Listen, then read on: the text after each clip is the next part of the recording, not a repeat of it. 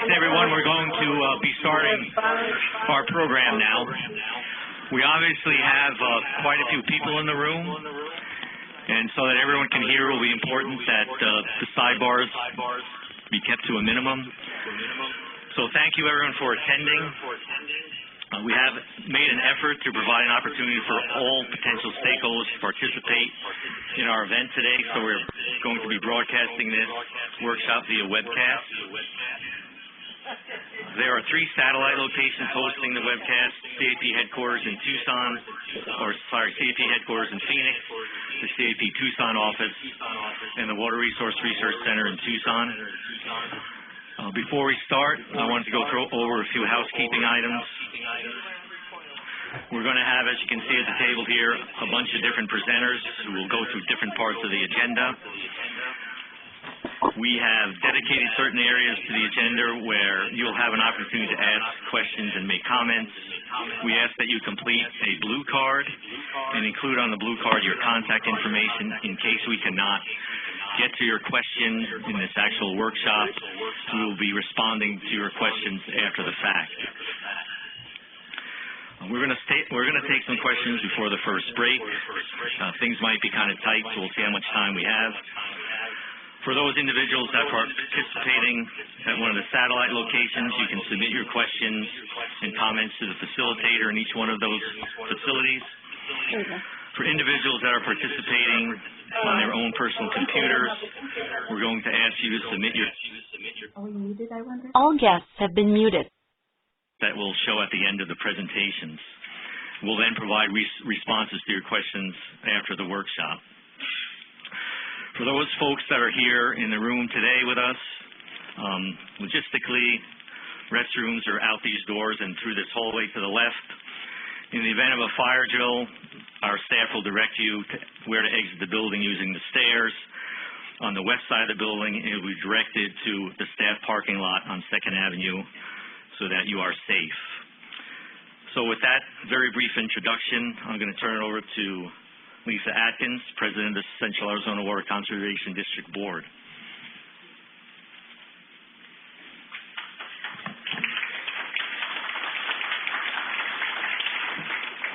Thanks, Tom, and good morning, everybody. Thank you for taking a big chunk of time out of your day, both here and at our remote locations. And thank you, whoever fixed the feedback problem, because I could see all of your faces as I was hearing it as well. I have a few comments that I'd like to make, but I would be remiss if I don't say first and foremost how much CAWCD appreciates the department for hosting this event today. This has been a very collaborative process. We've worked together quite closely. We want to make sure that all CAP stakeholders receive the same information at the same time. And as we as Arizonans work together to make sure that we all understand what is really happening on the Colorado River, and that would not have been possible without the director and his staff at DWR, so we really appreciate that. ADWR has done everything it can to accommodate the needs of as many interested people as possible by making not only this room available, but helping get the word out, contributing to the presentations, and offering a webcast. And I have to tell you, as sophisticated as I think we are at CAP, this is brand new for us to do a webcast, so we appreciate it. I also want to acknowledge some of the other elected officials and dignitaries who are in the room. First of all, my colleagues on the board, the Vice President of the board, Warren Tenney, the Secretary of the board, Frank Fairbanks, my colleagues, Gail Burns is here, and I think Cynthia Moulton will be joining us pretty soon. From the WRRC remote webcast site is board member Sharon Megdal, and directors Pat Jacobs and Heather McRae, and I'm sure her brand new daughter Dorothy is watching remotely. Dorothy is the youngest non-voting member of the CAP board. We are also delighted to see more chairs coming in. This is good. This is very good. We're delighted to have representatives from Senator McCain and Senator Flake's office, as well as Congressman Franks. And we're also absolutely delighted to be joined by members of the legislature. And I'm not sure that I've had an opportunity to say hello to all of them, but we understand that in addition to Senator Pierce, Senators McGuire and Lesko are here, along with Representative Pratt and staff from both the Senate and House Water Committees. the Governor's Office of Strategic Planning and Budgeting, the Governor's Policy Advisor, Hunter Moore, is here, and staff from the Joint Legislative Budget Committee. We are equally delighted to have tribal members or representatives here today from Hopi, Grik, I think, Tio, Pasquayaki, and Ak-Chin. And if I've missed anybody, please let me know so we can make sure that the record is complete. And I also want to thank the Intertribal Council of Arizona for being here.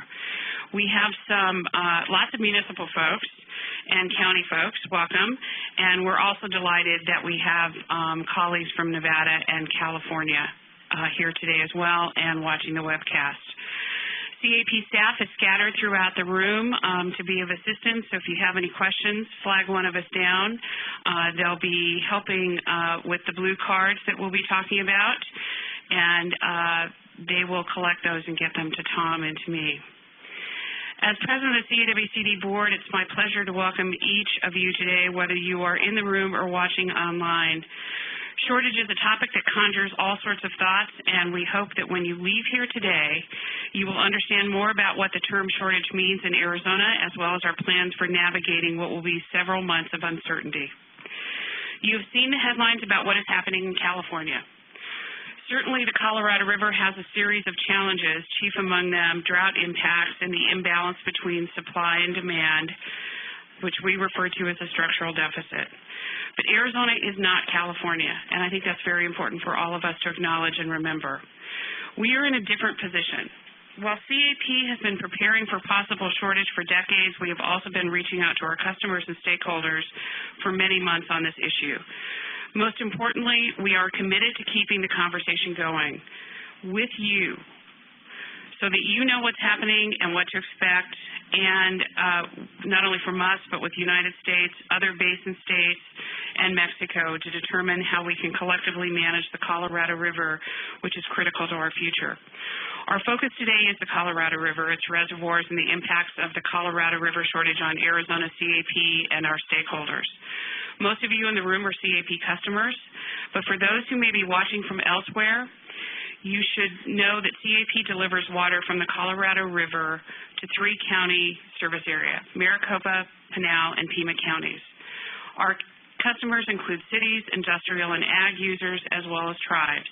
We do not provide water directly to homes. Local providers do that, and we are generally only one of multiple supply sources for those of them that take CAP water.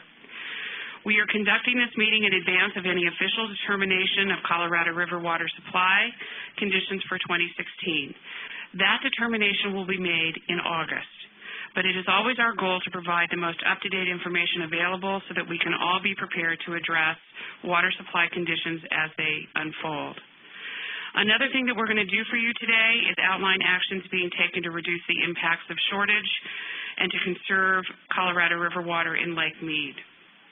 These actions would not be possible without the collaborative efforts of many of you, and they are in addition to the significant investments and actions you, our stakeholders, are taking as part of your everyday stewardship of your water supplies. Your efforts continue to set the standard in wise water management and conservation, and we're grateful for that. In addition to those individuals I introduced earlier, I understand that we may have some congressional staffers who hold a special place in my heart, for those of you who know my background, turning in via the webcast, as well as interested parties from both Nevada and California. Thank you for taking the time to do that. I mentioned some of the other stakeholder groups, cities, tribes, industry, and ag in the room, along with environmental interests. All of us have worked collaborative to build the shortage preparedness systems that we now have in place. As our systems are tested and our plans are put into action, our collaboration has to continue, and we have to be committed to working with each and every one of you. We want to hear from you. We want to know how you want to continue the conversation. We are more than willing and happy to go to your meetings, to meet with you individually, to share information and dialogue with your councils, your directors, or members, whatever makes the most sense in making sure that we're all on the same page. I wish we could tell you definitively today what we can expect, when we can expect a shortage to be declared. We can't do that. What we can do is tell you about all the drivers and all the mechanisms at our disposal if they become necessary. Today, you will also be hearing from some of those closest to what's happening, and it is my pleasure to introduce your speakers for today. In addition to Director Bishotsky, we are joined by Dr. Daniel Bunk from the Bureau of Reclamation's Boulder Canyon River Operations Office, Chuck Cullum, who will speak on behalf of CAP and who manages the CAP Colorado River programs, Jessica Fox, the CAP Planning Analyst, Brian Henning, CAP's Water Operations Manager, Ted Cook, CAP's Chief Financial Officer, and Virginia O'Connell, the Arizona Water Banking Authority Manager. And with that, I want to turn this back over to the Director to get started. Again, thank you all for taking a lot of time today to make sure that we're all on the same page. Thanks.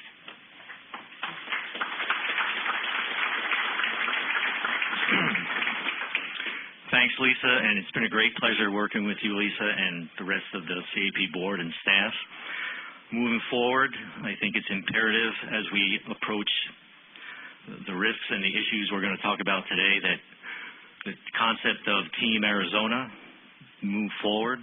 That includes my department, CAP, the Bureau in providing technical support, and just as importantly, all the members of the water community, many of which are sitting in this room today. So I'm going to give you an overview of the workshop, and I will include in that overview some background information so you have kind of a factual basis to understand some of the information, the more detailed information to follow. So we wanted to start with this graphic, and this really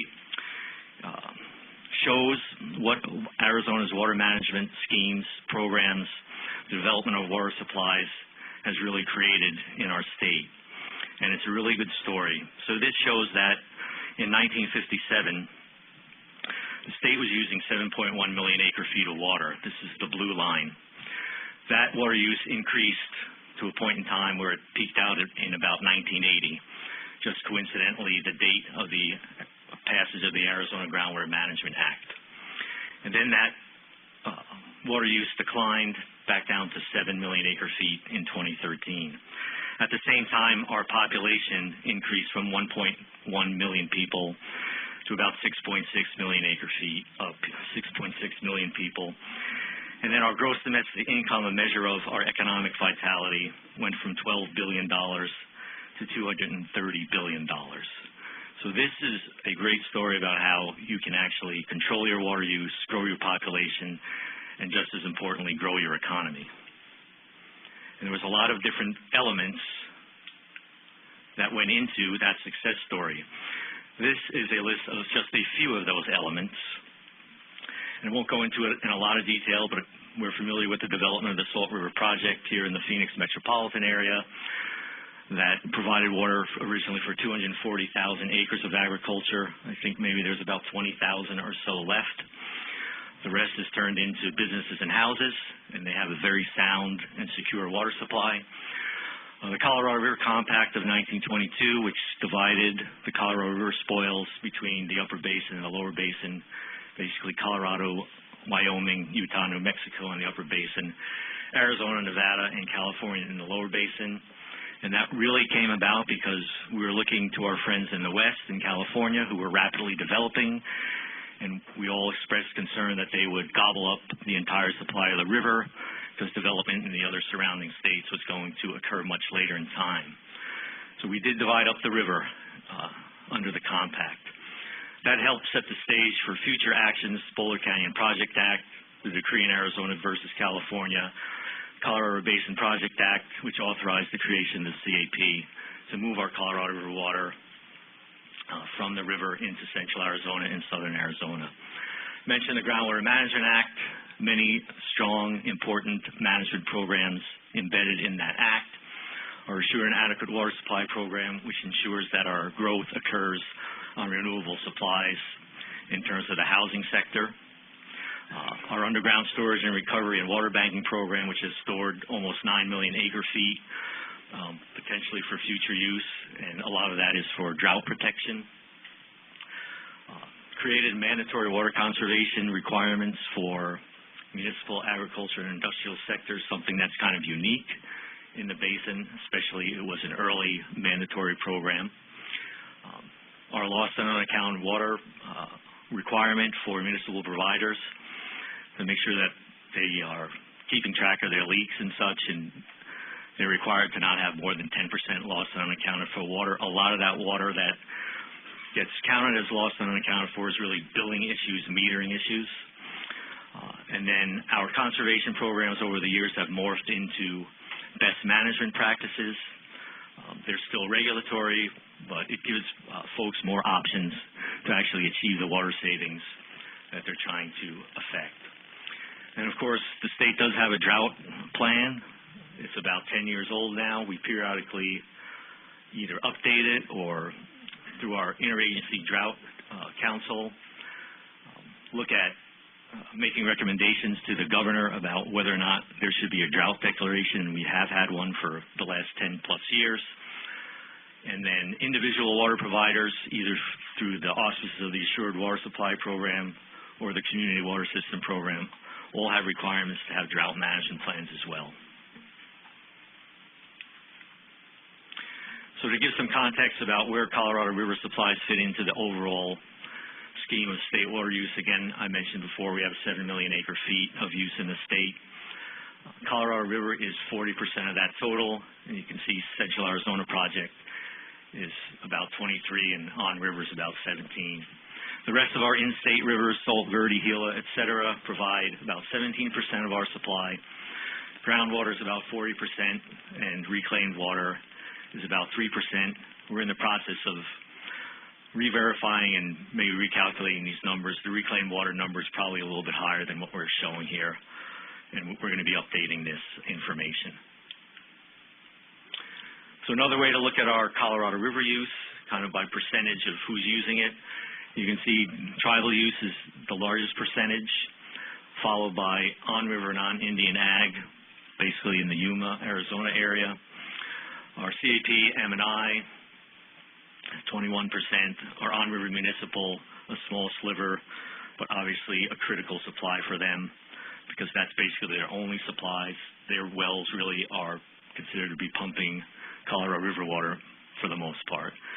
And then our CAP, non-Indian agriculture. So this gives you some feeling for how the water is split up among the users. So in terms of our Colorado River shortage preparedness, again, Bureau of Reclamation is predicting strong likelihood of a shortage on the Colorado River as early as 2016.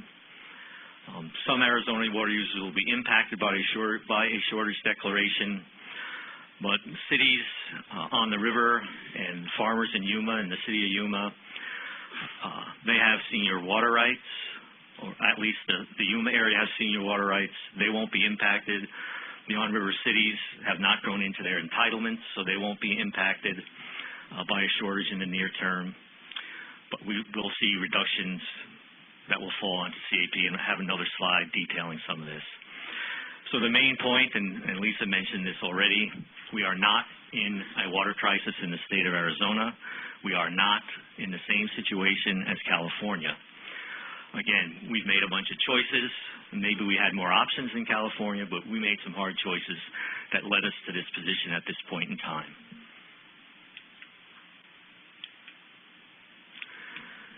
So this slide is from Reclamation. It is projecting out probabilities of shortage in the lower basin.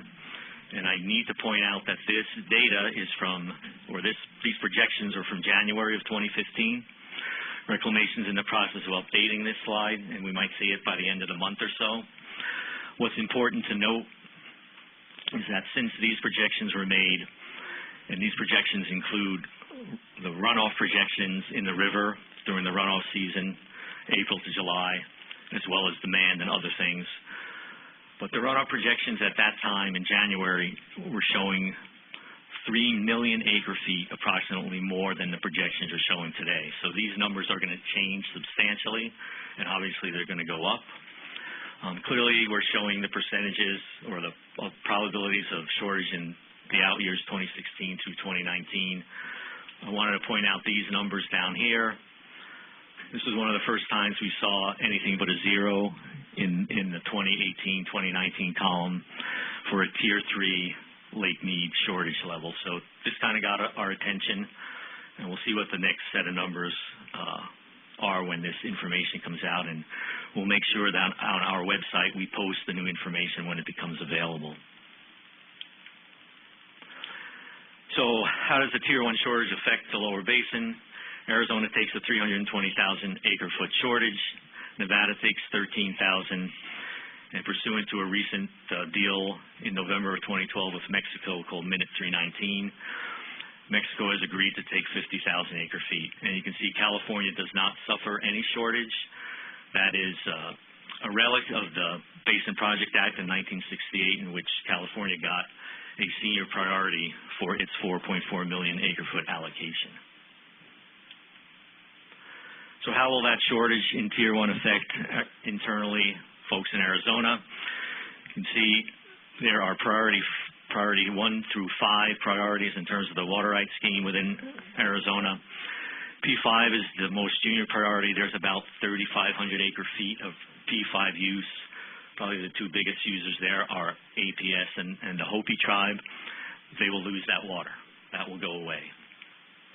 The left-hand column here are the on-river uses, which are about 1.2 million.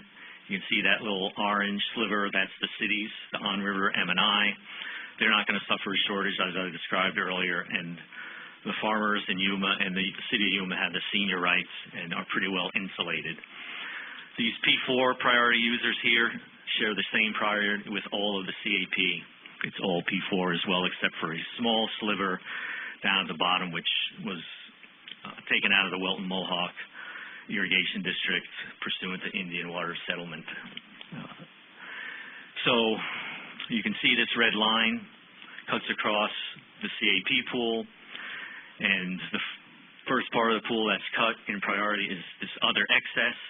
That's water that has gone to the Arizona Water Banking Authority for storage underground, to the Central Arizona Groundwater Replenishment District, and a small sliver to the federal government to help them perform their Indian firming obligations under the 2004 Water Settlement Act. You can see the big hit comes to CAP Agriculture. They're going to lose about half of their pool in 2017. This is 2017 depiction. Their pool at that time is 300,000 acre-feet. If the shortage hits in 2016, the ag pool at that point is 400,000 acre-feet.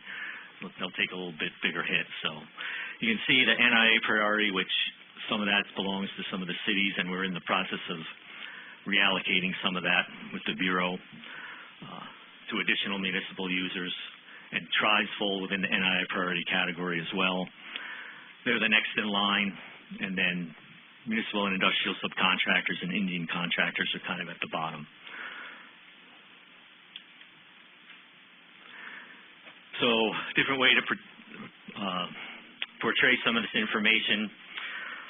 We wanted to show within the CAP service area, the active management areas that are part of CAP, how much water they're using, which is approximately 1.3 million, and that the shortage volume of 320,000 acre-feet is about a 20% hit to those folks. And that, of course, is a point in time when that actually impacts them. And again, some of that early impact is just going to fall on agriculture. Statewide, again, we're showing over 6.5 million acre-feet, and this shortage is a small, relatively small 4.6% of that total supply. So with that, I think I'm going to move on to our next speaker, Dr. Bunk, who's going to talk about the current state of the system, the hydrology, and I think lake levels and other fun information. Dan.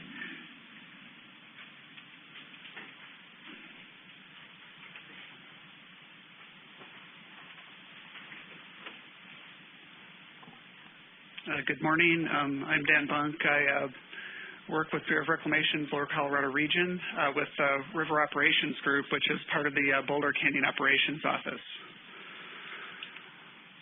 Today I'm just going to give a a brief overview of the basin, as well as how what reclamation's role is in the lower Colorado basin.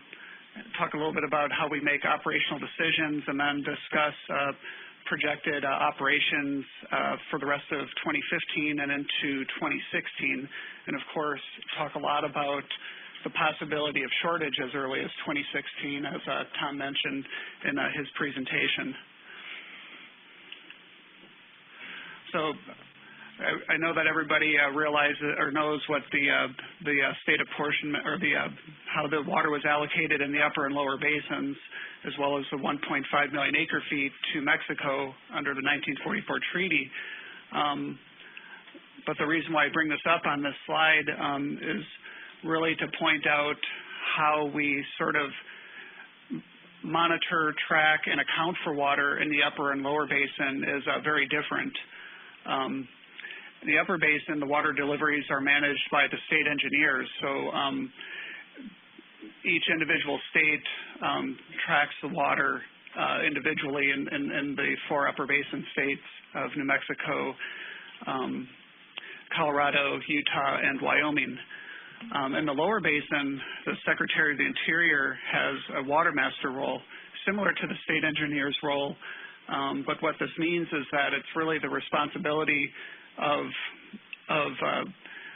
Secretary of the Interior, and then that gets delegated to the lower Colorado region to make water deliveries for water users.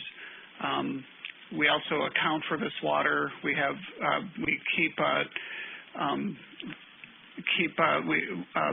the contracting group that keeps track of the water entitlement contracts. And then within this water master role, we have what we call an annual operating plan that we update each year. And I'll talk a little bit more about when we make the operational decisions for the annual operating plan. And then, of course, water delivered to Mexico is coordinated with the International Water and Boundary Commission, the IBWC. So one other thing I would like to point out, though, is we receive about 16 million acre feet of natural flow on an annual basis. About 15 million is in the upper basin, and then there's about 1.3 million in the lower basin. You can see that based on the inflow and what's allocated annually, the system is over-allocated, and we run on a very tight margin from year to year. We do have 60 million acre feet of storage in the basin. About 83% of that is Lake Powell and Lake Mead, which is about 50 million acre feet. So we've been able to capture water during high runoff years and use that storage to continue to make downstream deliveries in these dry years, in particular this 15 to 16-year drought that we've experienced that started in 2000. During the drought, we've seen the system storage decline from nearly full, starting in water year 2000, and it declined to about half full within the first 5 years of the drought. The runoff during those years was about 25 to 65% of average, and it's the driest 5-year period on average, or on record, I should say. Hydrology wasn't quite as bad for about 6 years. From 2005 through 2011, we had 3 years of above average inflows, so the storage in the system actually increased slightly from about 50% to 65% of average, but the drought has really kind of kicked in full gear again the last 4 years, where we had 2 very dry years in 2012 and 2013, and now 2015 is shaping up to be another very dry year. And as a result, the storage in the system as a whole, which includes the upper basin reservoirs, is projected to decline by about 20% from where it was in 2011 to the end of 2015, to about 46% of capacity. And that's the lowest it's been since the initial filling of Lake Powell, which started in the 1960s. So, the drought has taken its hit on the storage, even though the storage is working, and we've never had a lower basin shortage determination. you can see, though, the impacts are clear, and I know that we'll see that even more so in some further slides. So the first 5 years of the drought was really the impetus for the 2007 guidelines that they're put in place for an interim period, but really the key kind of criteria in these guidelines is a coordinated operations of Lake Powell and Lake Mead, which were developed for a full range of conditions. ICS, which allowed Lake Mead's elevation to be a little bit higher than it would have been without. There's still some ICS storage remaining in Lake Mead right now, as well as guidelines for shortage in the lower basin. So I'll be mainly talking, though, about the coordinated operations and possibility of shortage in the next few slides. So one thing that when we're making operational decisions, we have a hierarchy that helps guide our decision-making process, and it's got 4 tiers going from long-term planning all the way down to real-time control, which is the daily releases of water and the minute-by-minute releases of water through Hoover Dam. What I want to focus on, though, in this talk is this second level from the top, the basin-wide planning, which we call midterm operations, over a 1 to 5 year period, and in particular the annual operating plan process, which is a 1 to 2 year planning process.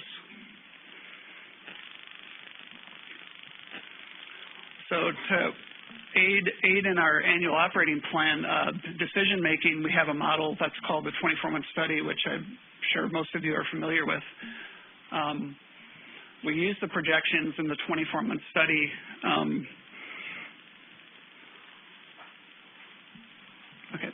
We use the projections in the 24-month study to set the operating tier determinations for Lake Powell and Lake Mead. We do this in August, and we look at a January 1 projection of Lake Powell and Lake Mead, and then so this will set the operating tiers. So, for example, for a shortage determination, when we get to this August and run our 24-month study, that's the projection that we'll use in the annual operating plan for 2016. So the next 4 months or so, we'll be tracking things very closely to see what the projection might be when we get to August. And then we've got another key operating decision point for Lake Powell, which occurs in April, and I'll talk about that. So that April decision for Lake Powell, it occurs only when Lake Powell's in the upper elevation balancing tier. It has the potential to switch to either equalization or balancing. This chart shows the snowpack this year, which is this kind of thicker, darker colored line here, and you can see the snowpack started out near average, at least through about mid-January. It only peaked at about 74% of average, but then it started melting off about a month earlier than it typically would. As a result of that, our April through July runoff is only forecasted to be 47% of average, and the water year only 63% of average. So obviously, with such poor hydrology, we couldn't shift to equalization, but we are shifting to balancing releases just because Lake Mead's elevation is projected to be below 1075 at the end of the water year. This year, 2015, this is actually based on the April forecast, not the mid-month forecast, but it's going to rank within the top 10 driest years since 1964, when Lake Powell first started filling. And actually, if you count up some of these years in here, there's something like 10 or 11 of the the driest years have occurred within this 16-year period since 2000. So if we were to just look at this part of the graph, over half of those, or about half of those, would be from the current 15-year drought.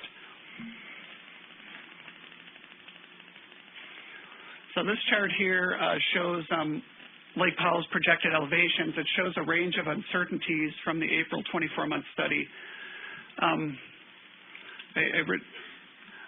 The area you want to focus on here is this yellow line, which is Lake Powell's end of calendar year projection. This most probable projection, which is what we use to set the operating tiers, was only 0.2 feet above this trigger elevation between the upper elevation balancing tier and the mid elevation release tier. So this is basically the difference between another 823 release or greater or a 748 release like we saw 2 years ago from Lake Powell. So while the forecast has held on just enough to ensure that we have balancing this year, and it seems like we have about a 90% chance of a 9.0 million acre-foot release. It could be slightly lower from Lake Powell this year. The thing that we're really tracking now is where will this projection be at the end of 2015, and will that result in a 7.48 release from Lake Powell in water year 2016? You can see the minimum probable study did project that. So the minimum probable study projected a 7.48 release from Lake Powell. And again, when we get to August, that's the projection that we'll be using to set the operating tier next year. That has a big impact on Lake Mead's projected elevation both at the end of 2015 and at the end of 2016. This is a similar chart for Lake Mead showing elevations and what's projected through the end of 2016. If a 748 release is projected in 2016, there's a difference in the amount of water that Lake Powell releases in the months of October, November, December. It's 420,000 acre feet, which is about 5 feet in Lake Mead. So although the 24-month study that was published last week is showing Lake Mead to end the calendar year at about elevation 1080, if you switch to a 748 release, now we're tracking closer to about 1075 at the end of calendar year 2015, which means things like tributary inflow in the lower basin, water use that occurs between now and through the end of 2015, as well as whether we get the full 9.0 acre-foot release. They'll all have impacts on what side of this trigger we end up on in 2015, which would affect operations, whether it would be a normal or shortage year in 2016. But you can see, though, with a 7.48 release where it could potentially end up at the end of 2016. So you can lose about 20 feet in Lake Mead next year, which, we've got model runs show about a 90% chance or greater of shortage in 2017 if there was a 7.48 release in 2016. So you're almost guaranteeing a shortage in 2017, basically. And, I apologize we don't have the updated numbers. We're currently working on them, but I kind of feel like we're so close to some of these triggers that just a slight change in the forecast or a slight change in the projected runoff could put you on one side of the trigger or the other pretty easily. And, basically this side just summarizes what I just said. But I really think the key is really this collaboration and cooperation. That's why we're here with the CAP and ADWR at this workshop, and we'll continue to try to provide as much information as we can to help with planning and other items. So Chuck Cullum is up next. Hi. Next, we have Chuck Cullum to talk about shortage impacts to Arizona and near and long-term risks. But I'm going to ad-lib because I'm the director and I can. One of the important points on Stan's slide that he didn't have a chance to talk about was Lake Mead is going to fall below 1075 probably in May.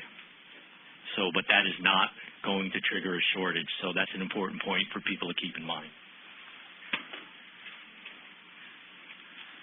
I appreciate your ad-lib, Director Brushatsky. I got to sit in your chair for a minute. That was kind of cool. Yeah.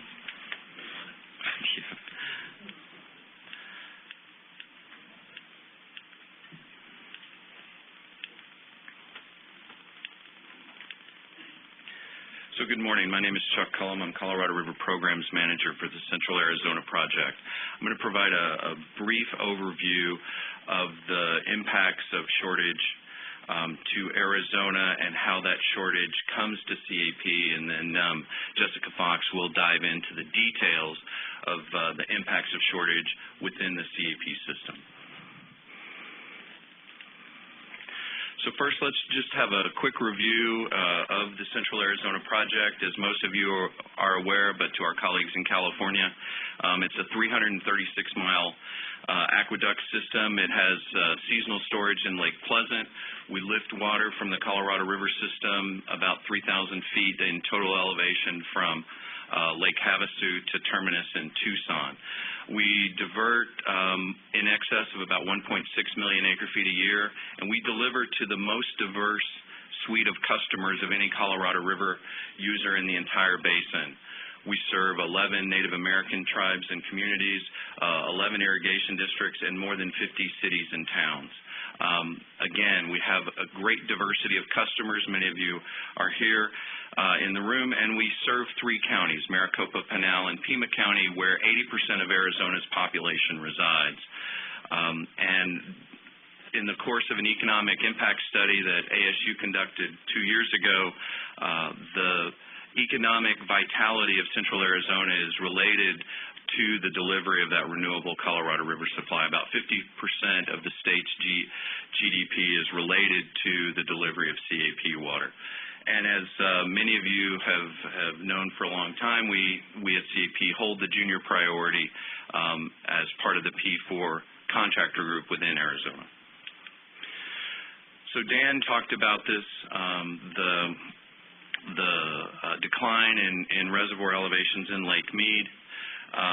Lake Mead, we were fortunate in 2000 was about 90% of capacity, about 25 million acre-feet in storage. Since that time, we declined more than 100 feet in elevation since 2000. And during that time, the most important thing that I'd ask you to keep in mind is we received from the upper basin releases from Lake Powell normal water deliveries. There is a drought. It has impacted inflows to Lake Powell, but Lake Mead has not experienced a reduction in inflows of any significance until 2014. Lake Mead declined because we have an imbalance between supply and demand. And that means that for every normal year of inflow from Lake Powell to Lake Mead, Lake Mead declines about 12 feet. What we have been counting on are large, above average releases from Lake Powell, referred to as equalization releases. These are what the drought has impacted. These opportunities for additional water to flow from the upper basin to the lower basin. In 2011, we received, instead of 8.23, the normal release, we received 12.5 million acre-feet because of an enormous snowpack here. But we haven't received those since 2011. It reset the decline clock, if you will, by about 3 years. We were close to shortage in 2010. We got a big inflow year, and we've been back in our decline mode. The other point is, even with the 9 million acre-feet that reclamation is projecting for this water year, Lake Mead still declines about 6 feet. So what's the driver of that? Well, we have a water budget problem in the lower basin. Our demands are in excess of our supplies. We get normal inflow of 8.23 from Lake Powell to Lake Mead, and we have side inflows that drive the total normal water budget to about 9 million acre-feet. In addition, we have outflow releases to meet the demands of Arizona, California, Nevada, and Mexico of about 9.6 million acre-feet plus evaporation. So we have an imbalance of over 1 million acre-feet annually in a normal year. This decline undermines the effectiveness of our shortage protections in the 07 guidelines, and they force Arizona and CAP to bear the obligations that we believe should be shared by all Colorado River users in the basin: evaporation for system losses and the lower basin share of the obligation to make deliveries to Mexico. Just to recap the 07 guidelines, Arizona and Nevada share shortages consistent with the agreement in 2007. As Director Bushowski pointed out, Mexico, through a voluntary agreement called Minute 319, has agreed to share shortages as well at the same elevation and same triggers as Arizona and Nevada. So when Lake Mead is projected to be below elevation 1075 on January 1, Arizona and Nevada and Mexico will suffer reductions in their entitlement. And the same process for deeper triggers at 1050 and 1025. We'll highlight that California does not suffer reductions, and I'll leave that at that. Just to provide a bit of context, the way Arizona receives our 2.8 million acre-feet, Reclamation operates the major reservoirs in the Colorado River system to our upper basin friends. We believe the Secretary of the Interior has significant authority in the upper basin. Dan can't say that, but we can. The Colorado River hydrology, the way depletions occur in the upper basin, the coordinated operation of Lake Mead and Lake Powell, and the lower basin demands all serve to guide the elevations in Lake Mead and how much water comes to Arizona. Our normal year entitlement is 2.8 million acre-feet. It first goes to Arizona's Priority 1 through Priority 3 contractors. Tom Davis from Yuma County will tell you that they're the #1 priority in the state of Arizona. Others may have a different view, but that's Tom's story. And then once those depletions are satisfied, the remaining water in the 2.8 is shared between Central Arizona Project, which is a Priority 4 user, and other P4 contractors. And in addition, as Director Bushowski pointed out, we also have users that are even junior to CAP and the other P4 users, cleverly labeled P5 users. So what does it take to get Colorado River water in Arizona? You need a contract with the Bureau of Reclamation, the Section 5 Boulder Canyon Project Act. The determination of use is consumptive use, and the Arizona versus California decree defines that as diversions less return flows.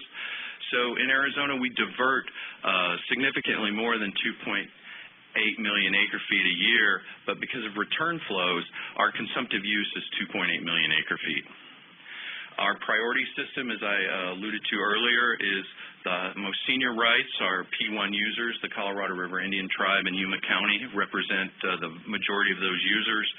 P2 and P3, Welton Mohawk and Yuma Mesa Irrigation and Drainage District are significant examples of that priority class. And then priority 4, which is CAP and other on-river users such as Mojave County, Mojave Valley Irrigation and Drainage District. And then we have excess users, which are P5 and P6. P5 is excess, that is, if it's not used by the P4 users, they have access to it, and P6 is when we're operating the Colorado River system in surplus conditions. And then finally, it's important to keep in mind that CAP has a unique contract. Our contract allows us to make deliveries to our long-term customers, which is 1.415 million acre-feet, plus any unused apportionment within Arizona. So if a senior water user, like Yuma County, does not utilize their full entitlement, CAP has the contract right to divert that and use it as an annual excess supply. So even though we have long-term contracts of 1.415 million acre-feet, we routinely deliver 1.6 because of this access to unused water within Arizona. So what are the impacts of shortages to Arizona? Well, if the August 24-month study projects that Lake Mead is below elevation 1075, and just to reiterate, it doesn't matter if Lake Mead falls below 1075 in June or July or September. the determination is made on the forecasted Lake Mead elevation for January 1 of the subsequent year, and that determination is made in August. So if Lake Mead is projected to be below 1075 on January 1, then a Tier 1 shortage will occur with a reduction of 320,000 acre-feet to Arizona's 2.8 million acre-foot entitlement. That takes us down, instead of 2.8 to 2.48 million acre-feet of consumptive use. The first action will be to reduce diversions to Arizona's P5 contractors. They're currently a group that are diverting water under P5 contracts today is Arizona Game and Fish Department, Arizona State Land, which is leasing to ag users in Cibola Valley, Hopi Tribe, which is also utilizing P5 contract water in Cibola, Arizona Public Service for the Yucca Power Plant in Yuma, and Cibola Valley Irrigation and Drainage District. In 2013, that group diverted about 5,500 acre-feet, which converts to about 3,500 acre-feet of consumptive use. Pursuant to a process that the Department of Water Resources completed in 2006 and 2007, the balance of the reduction will fall to CAP pursuant to the Director of DWR's recommendation on shortage sharing as between CAP and the other on-river P4 customers. And that is the amount that will be reduced out of CAP. For planning purposes, we assume that the entire amount, the 320,000 acre-feet of consumptive use reduction will fall to Central Arizona Project. And with that, I'll turn it over to Jessica Fox.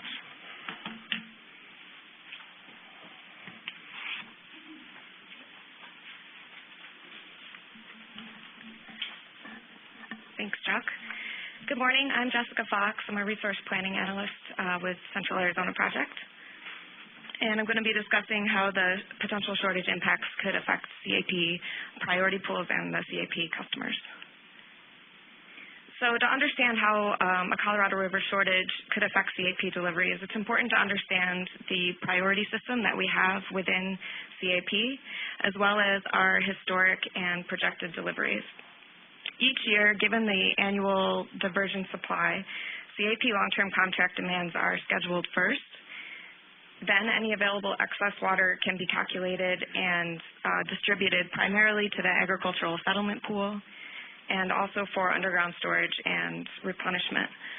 Although long-term contractors have been ordering more water in recent years and growing into their full allocations, the current availability of excess water, which could be subject to a shortage, as we'll describe here in the near term, serves as a shortage buffer to our long-term contract holders. So I'll show you what that means when you consider our historic deliveries. These are all of our deliveries since our first deliveries were made in 1985. The long-term contract deliveries are shown in the dark blue at the bottom here, and excess water deliveries on top in lighter blue. Again, you can see that long-term contract deliveries have been increasing recently, particularly since 2007, which has decreased the availability of excess water on top of that, since our total delivery supply has been relatively steady in recent years. Since 2010, a significant increase in long-term water contract deliveries to tribal entities in particular, as well as to municipal subcontractors, has pretty significantly decreased the amount of excess water we've had available over the water committed to the ag settlement pool. But now I want to focus in just on 2014, so pull that slice out of that chart and look only at 2014 deliveries to show you how our priority system comes into play. So looking at 2014 alone, you can see that we last year delivered over 1.5 million acre-feet, consisting of nearly 1 million acre-feet to long-term contract holders and over 530,000 acre-feet to as excess water. That includes the ag pool, as I mentioned. The distribution of that excess water is governed by CAP board policy. But however, the long-term contracts themselves have an internal priority scheme. I'll describe those first, the priority pools first, and then show you how those pools were actually embedded within this portion of long-term contract water deliveries from last year.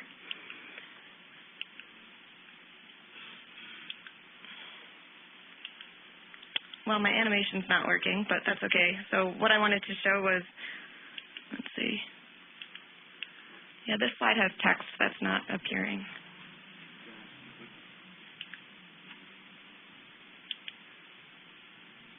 I can describe it without the text if needed. I'm not getting a sign, so I'll do that. Our CAP long-term contract priority pools provide certainty to our long-term contractors and help insulate them from shortage impacts. There are four main priority pool types. P3 priority or priority 3 contracts delivered by CAP have the highest priority, and they're not subject to the same shortage impacts as our P4 contracts. Indian priority and M&I priority come next. They share the next highest priority. M&I water is primarily held by non-federal users under CAP M&I subcontracts. All Indian priority contracts are held by tribal entities within the CAP service area. And the formula for sharing available supplies among them, since they're equal priority, was redefined in the Gila River Indian Community Water Rights Settlement Agreement, and it's contained in all of our M&I subcontracts. And then our lowest priority, really wish we had this chart, is NIA, or Non-Indian Agricultural Priority Contracts. Despite its name, the NIA priority contracts are no longer held by non-Indian agricultural customers. And I know that's often pretty confusing, but that's why I kind of like to just call it NIA and not think about what the NIA stands for. The original non-Indian agricultural contractors who had access to that priority pool relinquished their long-term rights under the Arizona Water Settlements Act. And the Act provided that a portion of those relinquished rights be held by or reserved for Indian tribes to facilitate tribal water rights settlements. But there was also a remaining portion that will be reallocated to M&I users in the near future, and in fact, ADWR has already started that reallocation process. And then additionally, there's certain Phoenix area cities which hold separate contracts for NIA priority water. So again, no non-Indian agricultural customers currently have access to that pool. And then I was going to slowly animate in the priority pools, but that's not coming up. So what you can see is embedded in that previous chart, we've got the long-term contracts still at the bottom, the yellow and below, and the the excess water at the top. So priority 3 water, which we delivered about 68,000 acre feet, that's the total of those contracts, in 2014 has the highest priority and is shown at the bottom. Next, of equal priority are Indian and the M&I priority pools. Above that, we delivered about 177,000 acre feet of NIA priority last year. And then that's our total long-term contract deliveries. Above that, we have 532,000 acre feet of excess water last year. So the first 400,000 acre feet per CAP board policy is dedicated to the ag settlement pool, and then other excess was delivered on top of that for underground storage and replenishment. Brian Henning will detail more about how the scheduling process works, but I guess, again, still not working. I wanted to just reiterate that the names of the priority pools can be misleading.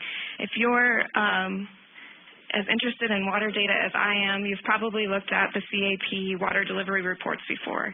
Those reports are never really produced to show deliveries by priority pool. They're produced to show deliveries by customer class. So you probably haven't seen the water grouped this way before, but this is essential in understanding how a shortage would impact our priority pools. So, for instance, M&I customers actually have access to priority 3 water, M&I priority water through their subcontracts. Several cities have access to NIA priority water, and cities also lease Indian priority water. So despite the names, cities actually have a bit of water in each of the 4 long-term contract categories, and it's actually the same for tribal customers who hold Indian priority and NIA priority contracts. There's one tribal entity who has access to M&I priority water and one tribal entity with priority 3 water. So it can be misleading, but again, these pools are crucial to understanding how a shortage would impact through our excess water and into our long-term contracts. So I'll hand it over to Brian to discuss scheduling.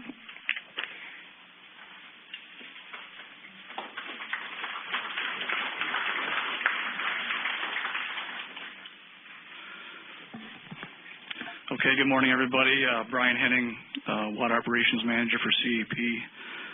First thing is Katasha has reminded me to remind all of you that if you have any questions for a blue card, she's walking around handing them out. So, and those will be handled, I guess, at the end of the session of all the speakers at that. So, I'm going to talk about the annual water scheduling process a little bit. I'll just touch on some of the key dates. Talk about just some of the key variables that as we put together our annual operating plan for the aqueduct system to make sure what's all involved, make sure we get all the customer deliveries scheduled appropriately and we can make all deliveries according to our obligations. Part of the first process, I think a lot of this is already touched on a little bit with Dan, but and Chuck's, the reclamation goes through a consultation process every summer. I think they have 3 meetings. They do this on behalf of the Secretary of Interior, and they get the Colorado River Management Work Group, that's an acronym there, which is basically a variety of all the major stakeholders and contract holders of Colorado River system water. And as has been pointed out 3 times already, the August 24-month study does make the determination for next year's operation and supply for the Colorado River system. So it's going to be a shortage, normal, supply, or a surplus condition.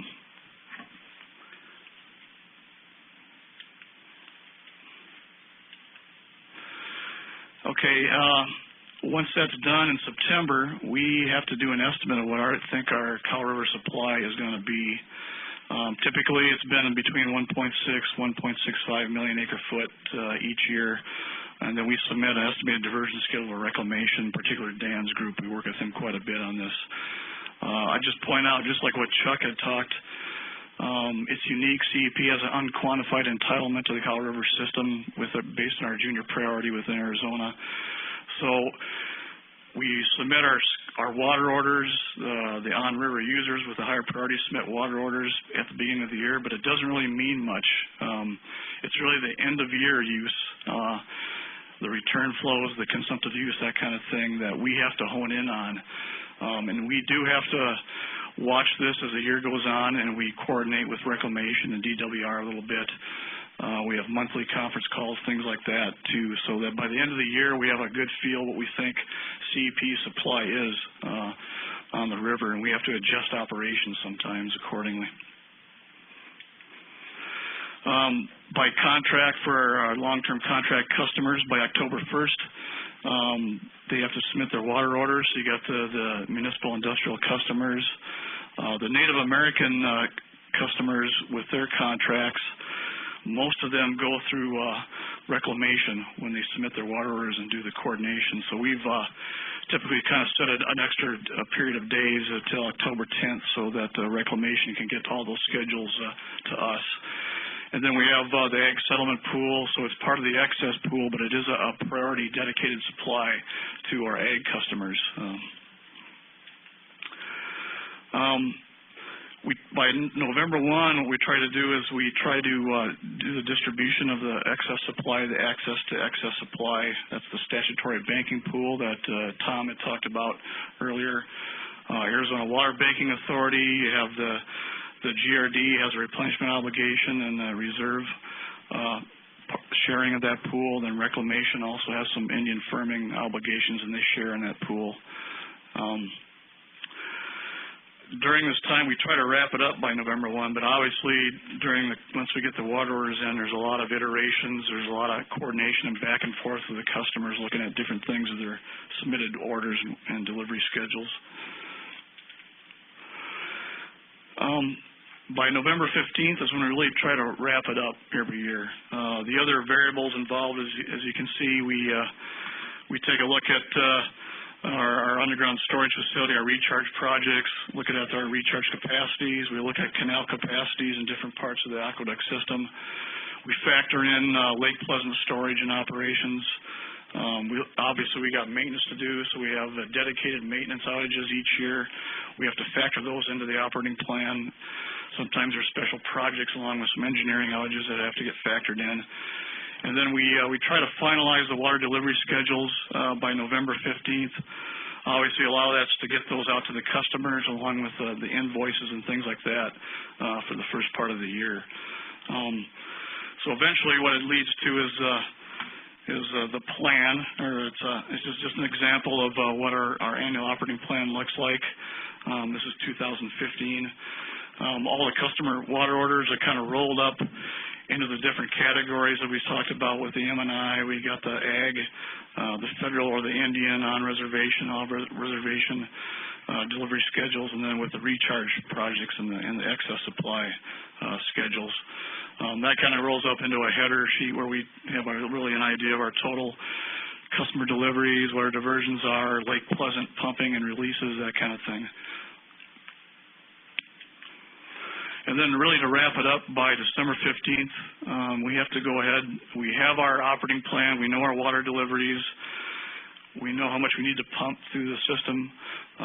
So we have to come up with our energy scheduling. So we have an idea of what energy we need. Now we have to go out and schedule and reserve the energy with the Navajo Generating Station.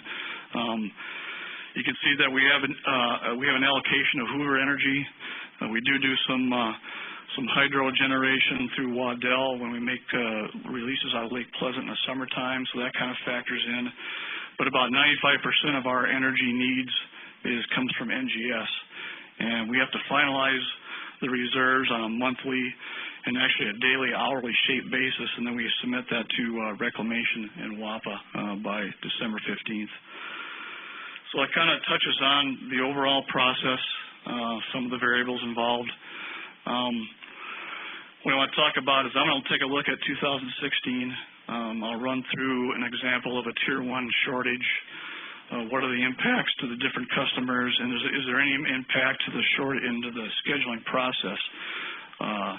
Anything change on the dates, or is there any special coordination? And then Jesse will come back up and wrap it up for looking at a little bit nearer-term outlook to 2017. Some of the assumptions looking at these near-term projections, we're kind of honing in on a delivery supply of 1.5 million acre foot. So typically if we're diverting between 1.65 million acre foot, you take out the losses. We factor in Lake Pleasant storage. We're going to be filling, release. We have a little more flexibility, and we can come up with a delivery supply to the customers. This is a pretty good number, I think, to look at a projection and give you an idea of a scenario of a shortage. You can see it's in line very closely with 2014 and 2015 deliveries and what's been ordered. No major changes in customer orders, maybe just slight increase to the long-term contract orders, so M&I increase a little bit. Long-term contract with the Indians will increase a little bit. We're assuming there'll be a similar rate of long-term storage credit accrual during the near term. And then there's going to be an increased availability of non-Indian ag priority water. A couple things, White Mountain Apache Tribe allocation will be finalized by 2016. It'll kick in with a small amount of use probably in 2017 and step up from there. Jesse may touch on that a little bit. And then the recent NIA reallocation that Tom talked about 46,000 acre feet has been finalized, and it will be, assuming it'll be ordered beginning in 2017. If we take a look at 2016 then, once again you saw from Jesse's diagrams, we got starting at the bottom, got a priority from high to low from the bottom up. You can see a breakdown of the M&I, Indian Priority NIA. We got the ag pool, 400,000 acre feet still in 2016. We would estimate about 127,000 would be part of that statutory banking pool. And you can see the long-term contract breakdown as well as with the excess water breakdown. So if we take a look at an example, Tier 1 shortage for 2016, as Chuck touched on, we have a 320,000 acre-foot reduction. You see the immediate impact would be to the statutory banking pool. With the ag pool, it looks like it's going to be cut off about 50% reduction, so about 208,000 acre-foot would be remaining for the ag users. And then the big key out of this is there's no impact to the contract customers, the M&I and the Indian customers. Scheduling, everything should be normal in this case. There won't be any excess supply for the banking pool if that's eliminated, so there won't be any scheduling that has to be done. You know, obviously there's going to be impact to the water bank, GRD, and reclamation, but there won't have to be any scheduling, anything done with that. The big key is the ag pool gets cut about 50%. One thing we talked about, we could go through a reapportionment of the ag pool through a very straightforward pro rata basis. We could also stick with the normal operating schedule of where the ag pool customers would submit their schedules by October 1st. But the more we kind of look at this, there might be some little nuances. This would be the first time that we'd have to cut into the ag pool. There's 17 customers that are part of that. You total up all their allocation of the ag pool, it's about 393,000 acre foot. So this would be the first time we'd have to do some kind of a prorated reduction and distribution to those 17 customers. We would propose, I know there's some ag folk in here that it's probably in the timing of it too in October, maybe too late. If there's going to be a reduction in ag pool, they want to have a little more heads up so they can make other arrangements. Take a look at if they're going to supplement groundwater pumping, they have to reserve their energy and things like that. So we would propose to the ag customers, maybe we meet this summer, have a workshop or just a general meeting together this summer, maybe into August, and we run through a sample of the reapportionment of the ag pool, work it out together, see if there's any nuances, little issues, that kind of thing, and then we can just go from there. So that we don't need really the feedback today per se, but you can probably coordinate with Katasha or myself if this is something we want to do this summer or into August. So I'll leave it at that, and Jesse's going to come up and wrap it up.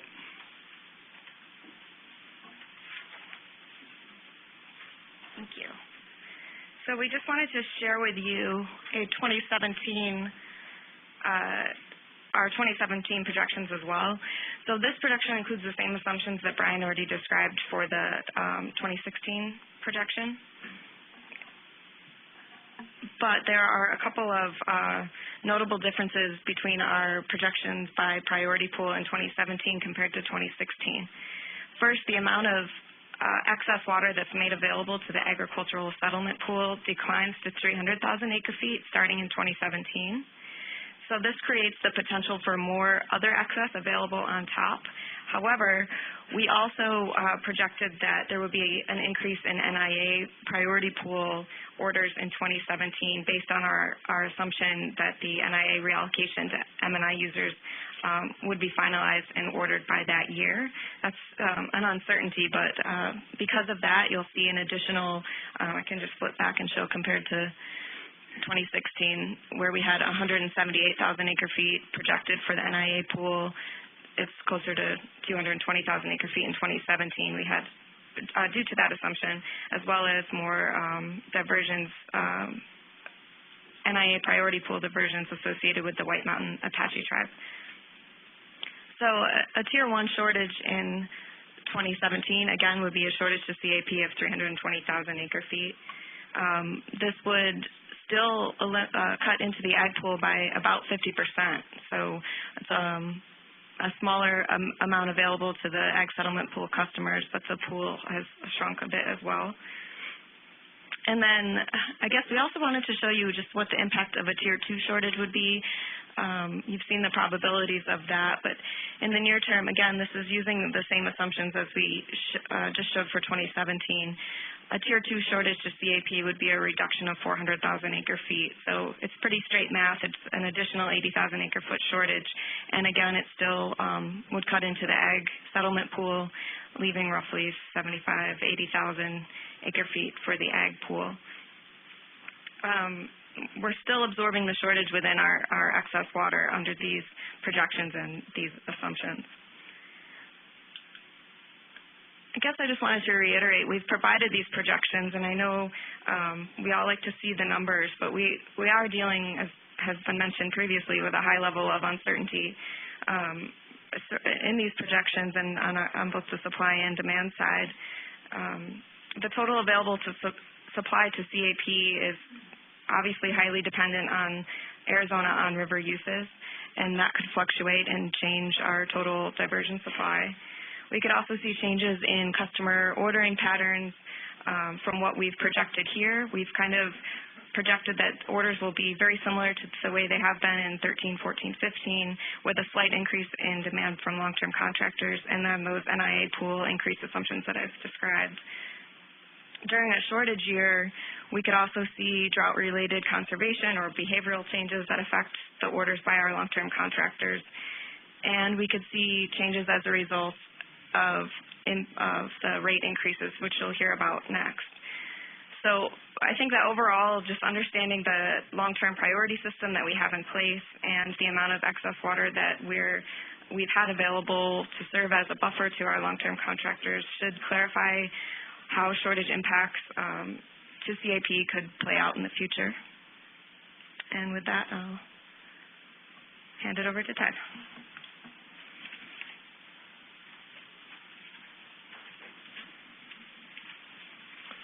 Good morning.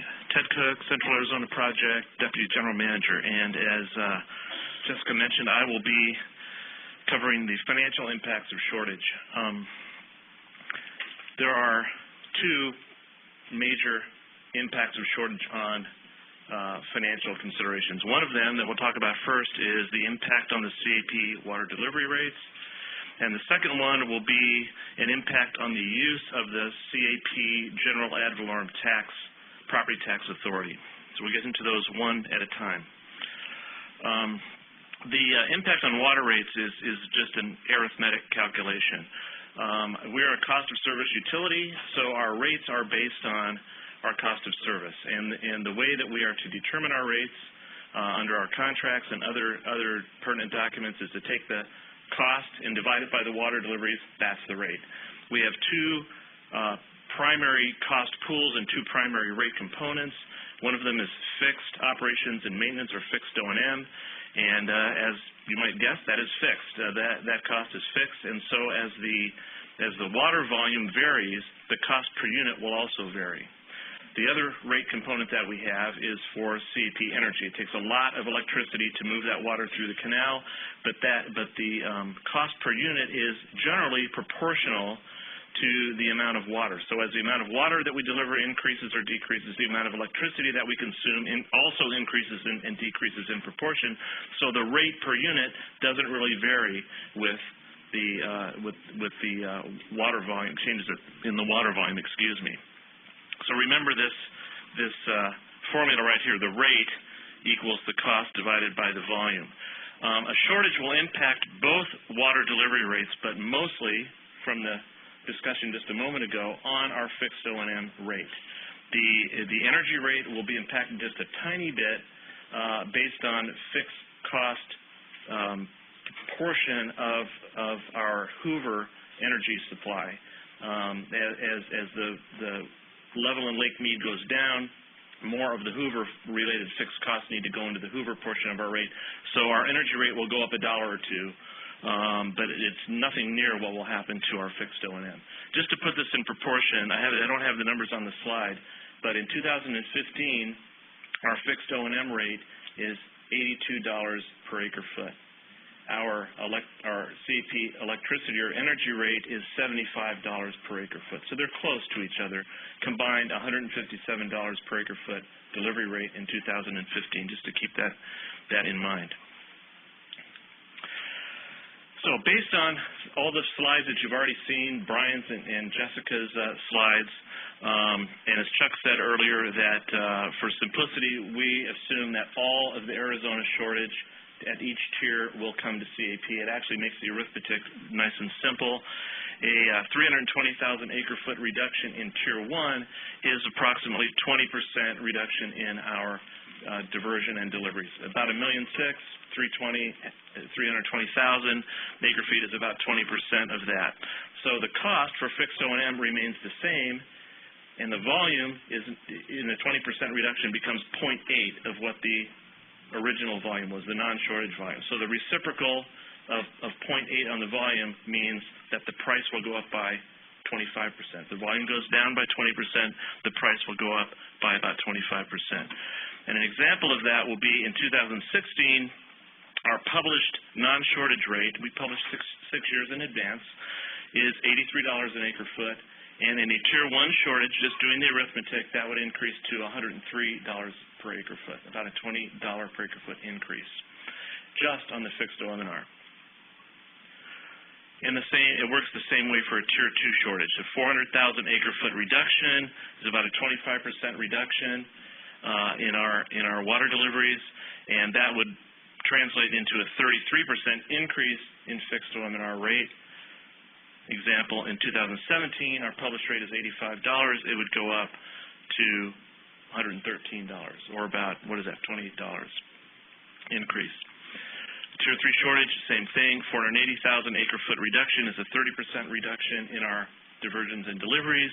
That would result in an increase in the fixed O&M price of 43%.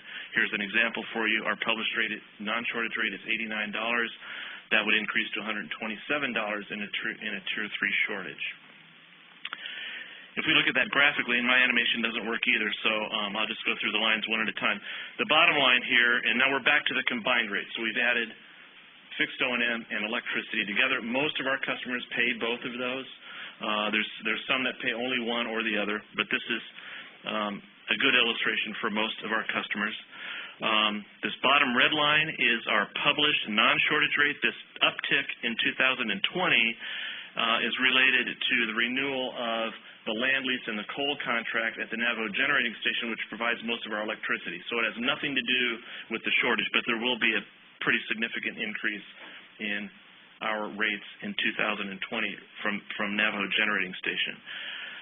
If we go from non-shortage to Tier 1, based on those formulas and those calculations I just showed, the combined delivery rate would go up like this. And we did, as part of our rate case that we went through last year and published rates, we also provided a what-if that illustrated what these numbers would be last year. So that information has been out there for a while. And we don't see that really having changed a whole lot from what was published last year. And then if there was a Tier 2 shortage, this is what would happen. And if there's a Tier 3 shortage, this is what would happen, just based strictly on the arithmetic. However, there have been, this is not something that just happened yesterday. As you heard from all the other presenters, we track this very closely. There's a structural deficit in the river. We knew at some point we were probably going to have to face this. And so we've been looking at what do we do for some time. And just like you will hear further in the presentations this morning, there have been some preparation for this. The first bullet up here, we have had since 2012 a shortage stabilization fund that has been funded by contributions from every CAP customer, a couple of dollars in the rate to put away for when shortage happens so that we can use that to buy down these rate increases a little bit.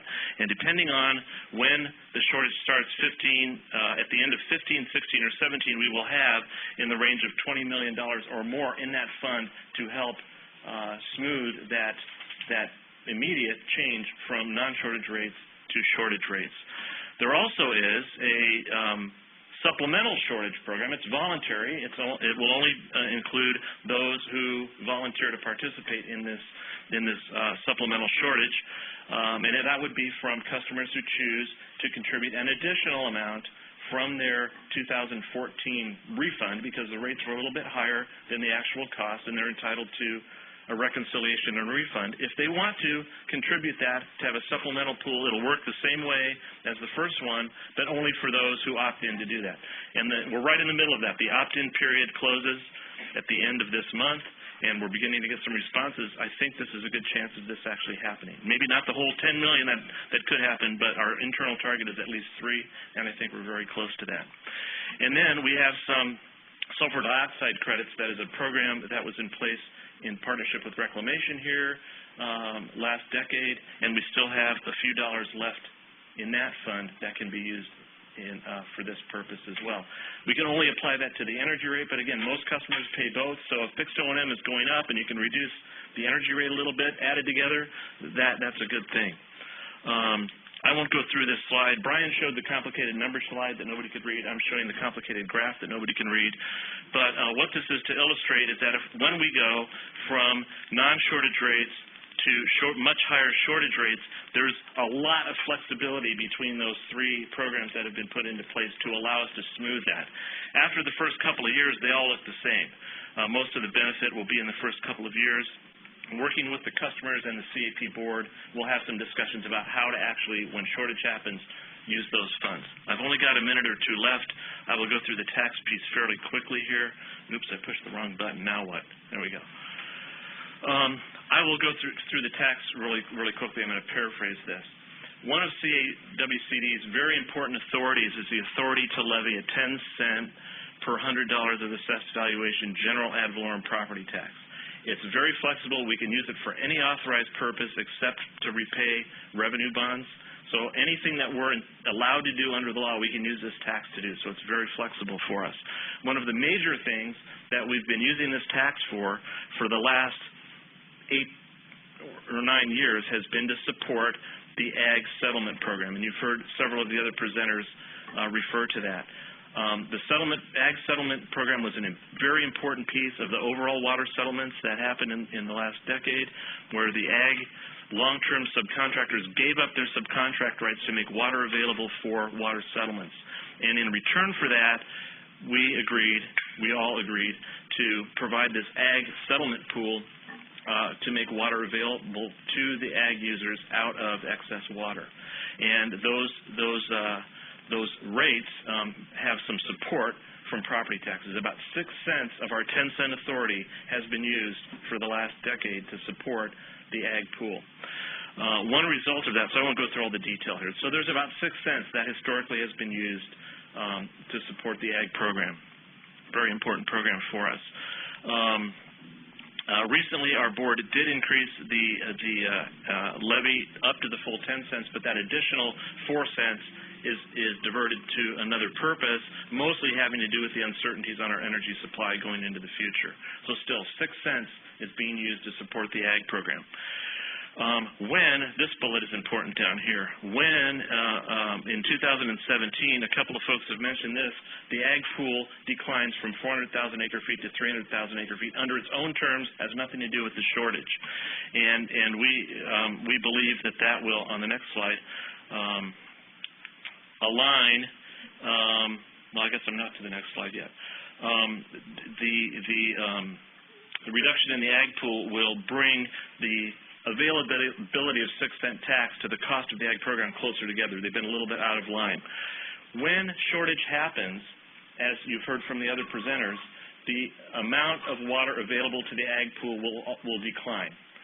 At Tier 1, it'll decline to about 200,000 acre feet or less from wherever it starts, 400 or 300,000, and in a Tier 2 to about 75,000 or less, and in a Tier 3, the ag pool will be eliminated.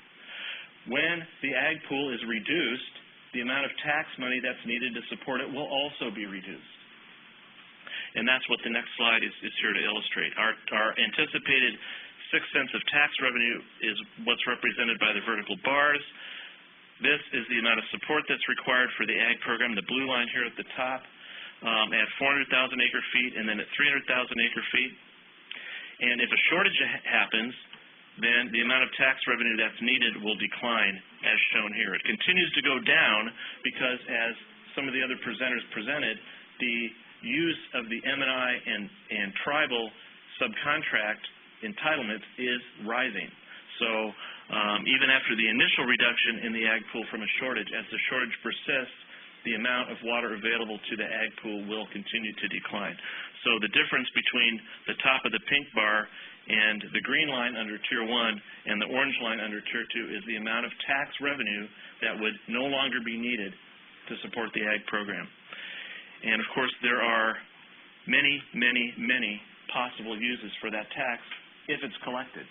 And there's a list of them. I will not go through them all. I'm sure that the audience and everybody else out there could think of a lot more ways to use tax money. But this is going to be a conversation that we need to have. It will ultimately be the board's decision.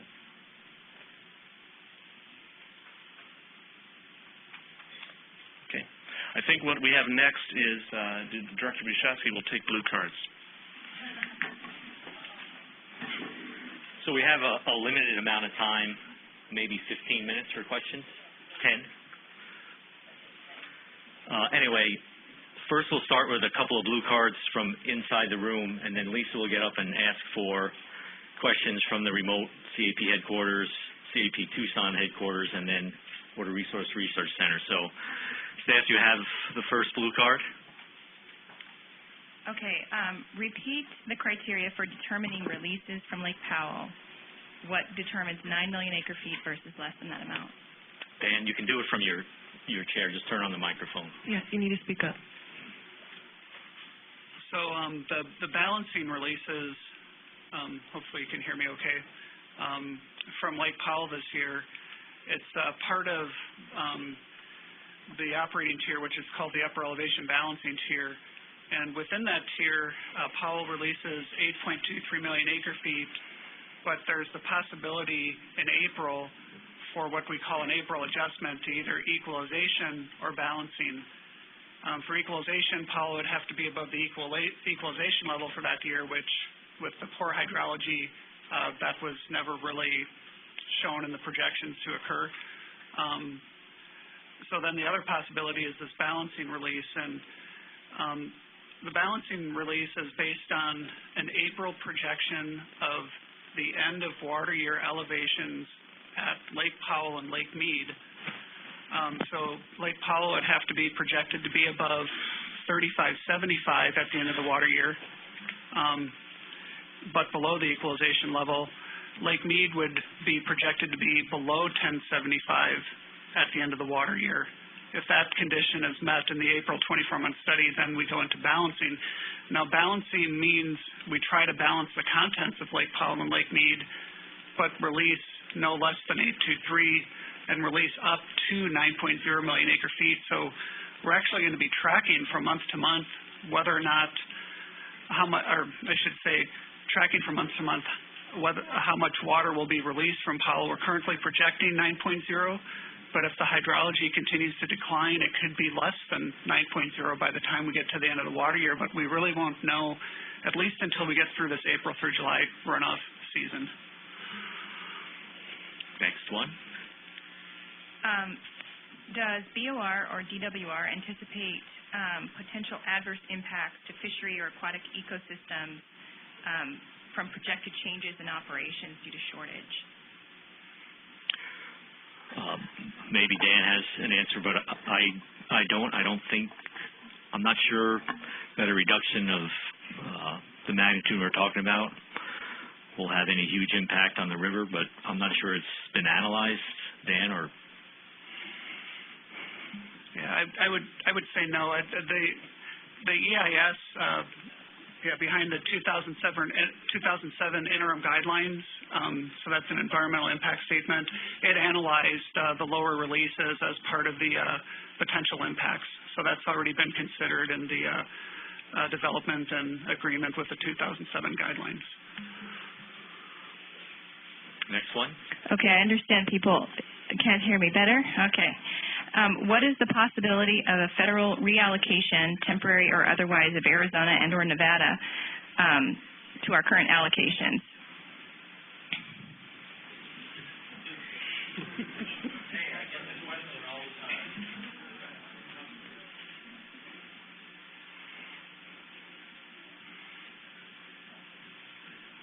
Sorry, I was distracted. We promised, this is Chuck Cullum with CAP, we promised Dan Bunk that we would not ask him to speak for the Secretary or her discretion today. Okay. What is the longest drought in Arizona history? So we can estimate the worst case scenario as to estimated length of the current drought. Well, I'm not sure that the longest recorded drought in Arizona history is quite enough. I think we've looked at tree ring records and we've seen 500 years. How many? 50, sorry. Order of magnitude off. 50 years of continuous drought, and we've seen contiguous droughts, Colorado River and Salton Verde River as well. So really kind of looking at that information as well as Bureau of Reclamation, including some climate change data to look at how the future flows of the river might look under those scenarios. So I think that's kind of the answer to that question. So the next one. Who made the decision the Hopi tribe will lose their allocation, and when was the tribe consulted about that?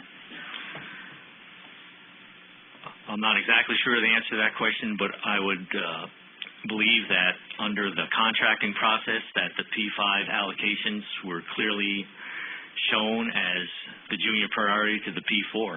So we're just following the allocation system and the law as it's been in existence when the allocations were offered up and the allocations were finalized by the Secretary. One more from the room. Will shortage affect Lake Pleasant operations? Brian. Not necessarily. Lake Pleasant is a seasonal storage reservoir, so irregardless of what we're diverting off the river, we just factored into a part of our operating plan, so there shouldn't be any impact from shortage. We could use Lake Pleasant extra storage, to supplement deliveries maybe at some point a little bit, but for the most part, there shouldn't be any impact. We don't have any questions from either CAP headquarters or the Tucson field office. There's one more card that I could read. Okay. Is there a limit on the amount of groundwater ag users can pump? The answer is yes. So under the auspices of the groundwater code, agricultural water users have irrigation grandfathered rights. So the number of irrigation acres they're allowed to irrigate. They have a water duty that's attached to each one of those acres. So each one of the farms has a maximum allotment of groundwater that it can pump under the law. Any more? None from here. There is one more question, but after the break, we'll be talking more about water banking, and so we'd like to save that to the end because it's a question that might get answered during the presentations. And there may be some questions from the Water Resources Research Center, so we'd like to open it up to that. Okay. All guests have been unmuted. All guests have been muted.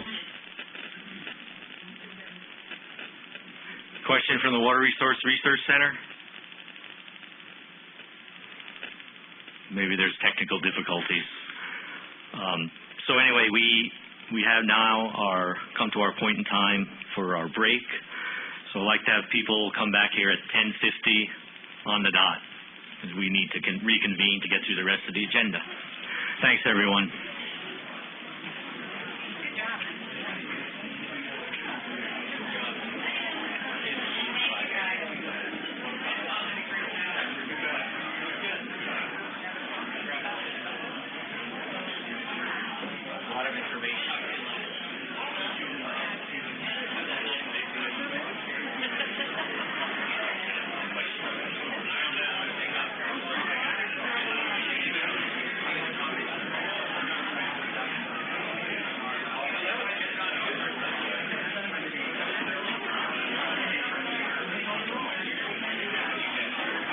This meeting is now being recorded.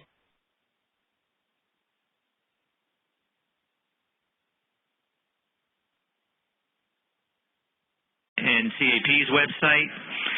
I also wanted to point out that we got a message that we had 165 slots for webinar participation, and we filled them all up, and I think we might have had to turn some away. So we apologize for that, but it shows how important this issue is. It shows how much interest is out there, and it certainly makes CAWCD and DWR and Reclamation happy that people are paying attention and that our efforts to put on this workshop have a lot of value. So with that, I think our next agenda item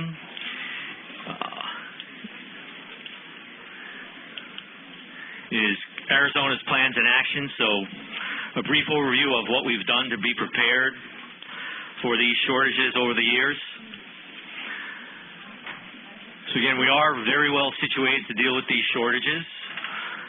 You saw the information about who's going to be impacted. Certainly those who are impacted might feel that the impacts are very large, but when you're looking at that small of an impact compared to the total Colorado River use, we're in pretty good shape. We have the Arizona Water Banking Authority that was created in the 90s. They are storing water underground for municipal and industrial subcontractors when and if a shortage gets deep enough to impact them. Some of their subcontract water will be backfilled through credits stored under the ground. There's about 3.2 million acre-feet for that purpose.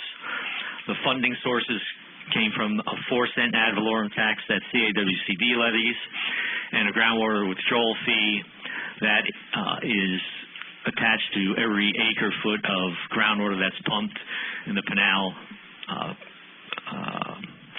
Tucson, and Phoenix active management areas. The Water Banking Authority has also stored, on behalf of Nevada, 600,000 acre-feet of water for their use. So this has been a really good project. It hasn't been without some controversy, going back to some of the California issues and the crisis that they're in. They had been using it for many years, Arizona's and Nevada's unused apportionment, which they had the legal right to do under the law of the river.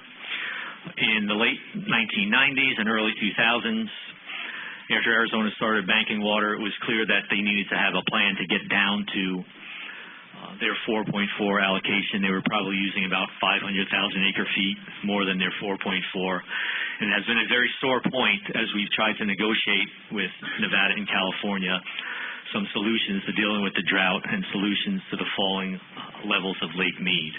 So it's kind of an important point to keep in mind.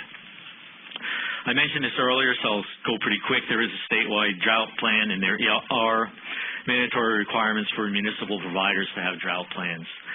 Again, the bank has stored 3.2 million acre-feet. Other Arizona water users under our underground storage program in the, again, 3 active management areas that coincide with the CAP service area has stored a total of 5 million acre-feet. So there's some additional resiliency built into the underground storage and water banking program. They can use that water for their own purposes, including drought protection or other purposes. So again, I mentioned this already. It's not only the municipal and industrial customers of CAP that are affirmed by the water bank, but our on-river municipal and industrial, our on-river Colorado River contractors, are also backfilled by the water bank. We mentioned the assistance that the state provides in the settlement of tribal water rights through firming lower priority non-Indian agricultural water that is now used in the column of the tribes. And again, the water bank's credits can also be used in assisting in fulfilling other water management objectives. That's a little cryptic. It could be used to protect aquifer levels. It also could be used for backfilling shortages, potentially for those who have solar project supplies or other surface water supplies that might become short. And then again, I mentioned the interstate water banking that was done on behalf of Nevada, 600,000 acre-feet. So we do have a recovery plan in place for the point in time when we need to recover those credits, and Virginia O'Connell from the Arizona Water Banking Authority, I think, is going to go through those slides and the recovery plan. And she was a little bit later in the slides, but I wanted her to come up now and start from here. I think that's fine. That's why she's hesitating.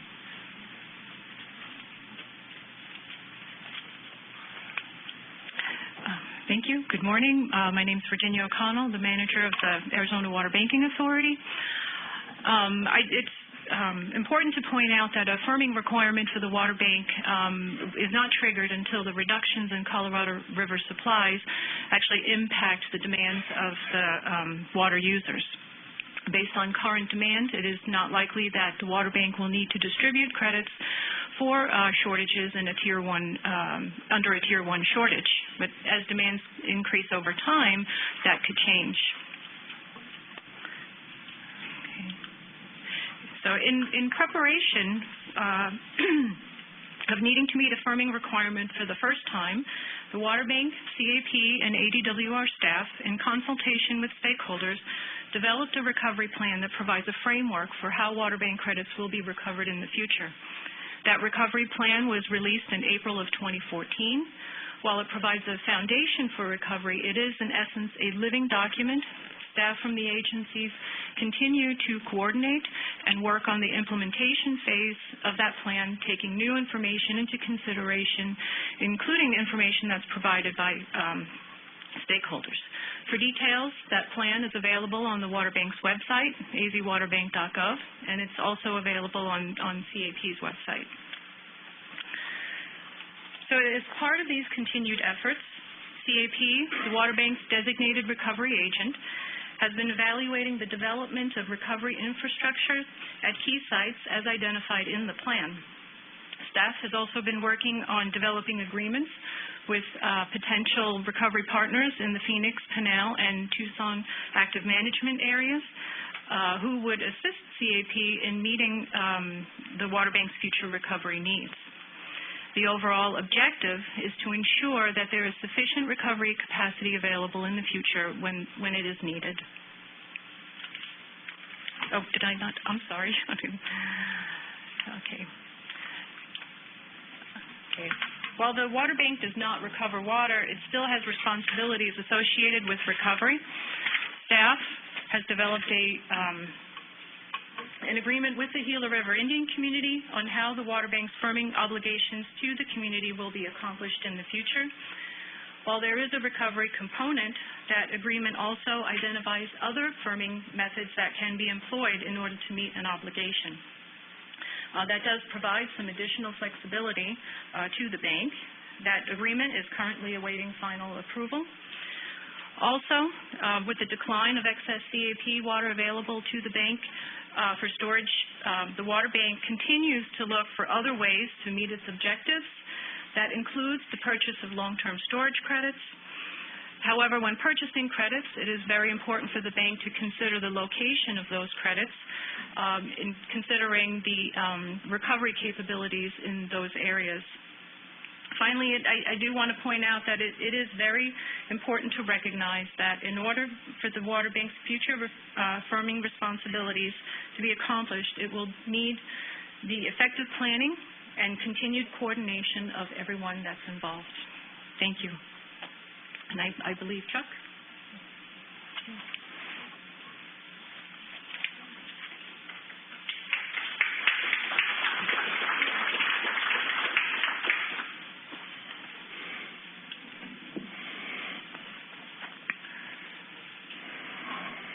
It's me again. Thank you. So my purpose with this presentation is to talk about ongoing efforts to increase storage in Lake Mead and to reduce the risk of shortage because of low reservoir elevations in the lower basin. The Department of Water Resources spoke briefly about our storage and recovery programs, and at CAP we have 4 themes or efforts that we're working on. The first is storage and recovery, which we just covered with the department. There's underground storage available to mitigate the impacts to CAP customers for future shortages, as well as protecting P4 on-river communities and tribes that have settled their water rights claims in the CAP system. The next effort is about protecting elevations in Lake Mead. These are interstate cooperative programs to store additional water in the lake to increase or to buffer elevations in Lake Mead to try and stave off falling below 1075. We have innovative conservation programs, one of which is an interstate program to conserve additional water in the Colorado River system, which can benefit Lake Powell and Lake Mead. And we fund conservation grant programs to develop new ways to conserve water. And then finally, we're very active in developing augmentation programs and projects. In this context, augmentation means actually creating new water supplies that benefit the Colorado River system.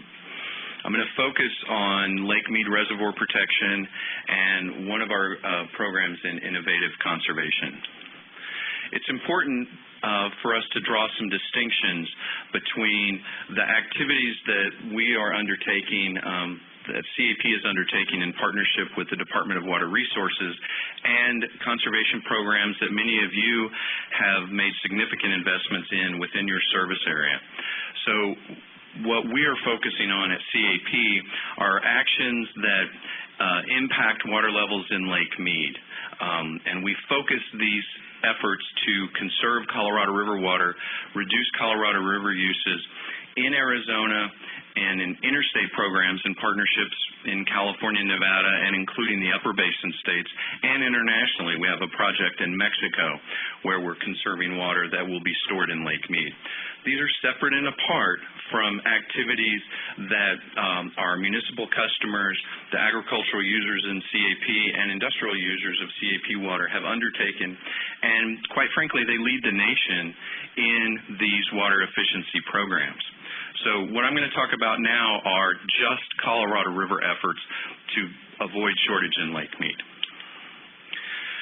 So as many of you are aware, in December of 2014, a memorandum of understanding was reached between Central Arizona Project, the Department of Water Resources, the Bureau of Reclamation, the Metropolitan Water District of Southern California, the Colorado River Board of California, Southern Nevada Water Authority, and the Colorado River Commission of Nevada.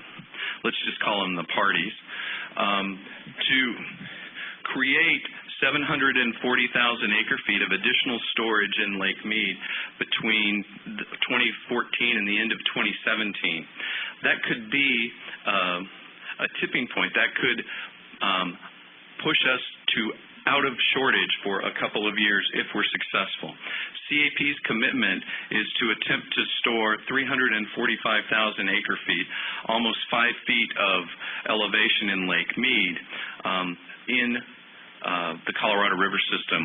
And we're using two programs. One is about 145,000 acre-feet of what is referred to as system water, and that means water that we conserve to benefit the reservoir elevations. It's not available for future use by anybody, not for CAP, not for other Colorado River users.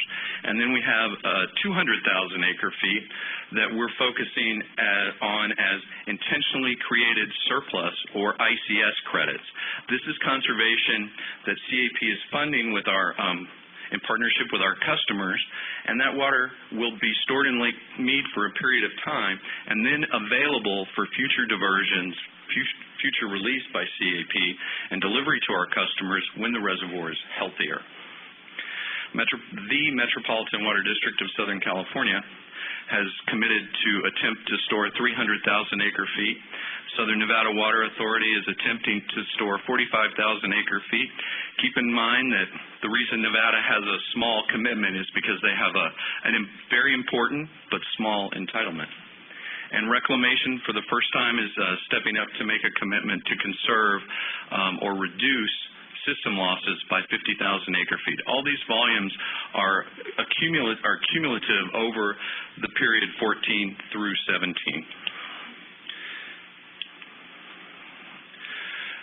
So again, the reservoir protection plan that CAP has put together is targeting 345,000 acre feet for the period 14 through 17. We're focusing on system water for a significant piece of it.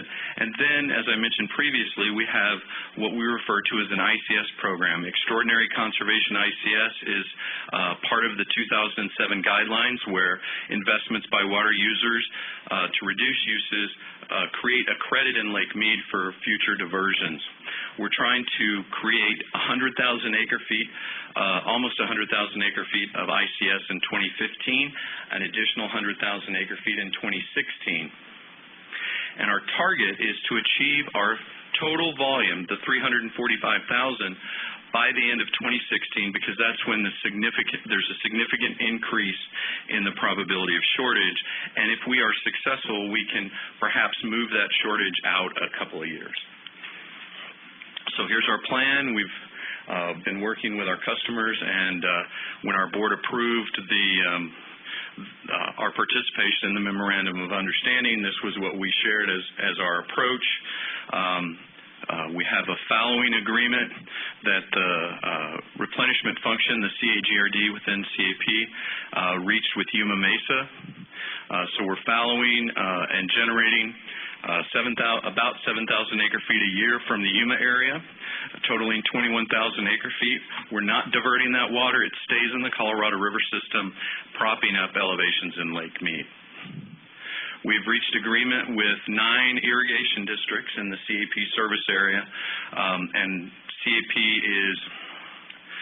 is providing a financial incentive for those 9 districts to reduce their use of Colorado River water, and we're targeting about 160,000 acre feet of ICS from that program.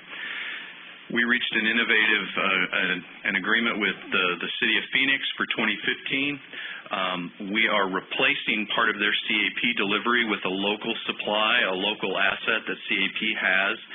It's a series of credits in the SRP system. Phoenix can take the SRP water in lieu of a CAP delivery, and we're doing that for 15,000 acre feet. We have to come up with another program in 2016, cleverly labeled as others. And so we're interested in your concepts on how we can do that. And then finally, as I mentioned earlier in the program, CAP has the contractual right to divert all of the remaining unused water within Arizona's 2.8 million acre foot entitlement. We typically take Arizona up to the 2.8 every year. In order to store water in Lake Mead, we are intentionally forbearing a portion of that end-of-year diversion. In 2014, we estimate about 30,000 acre feet that CAP intentionally left in Lake Mead. We anticipate about 60,000 in 2015, totaling about 130,000 acre feet that CAP will not divert, creating system water to benefit the Colorado River system. So that's our approach to achieving 345,000 acre feet, attempting to reduce the risk of shortage. And it benefits not only CAP, not only Arizona, but all the Colorado River users in the lower basin. And we're pleased that we have interstate partners in California, in Nevada, and with the federal government to assist in providing additional water in Lake Mead. So this is a map highlighting the 9 irrigation districts. Maricopa-Stanfield, Central Arizona, and New Magma each are participating at 20,000 acre feet.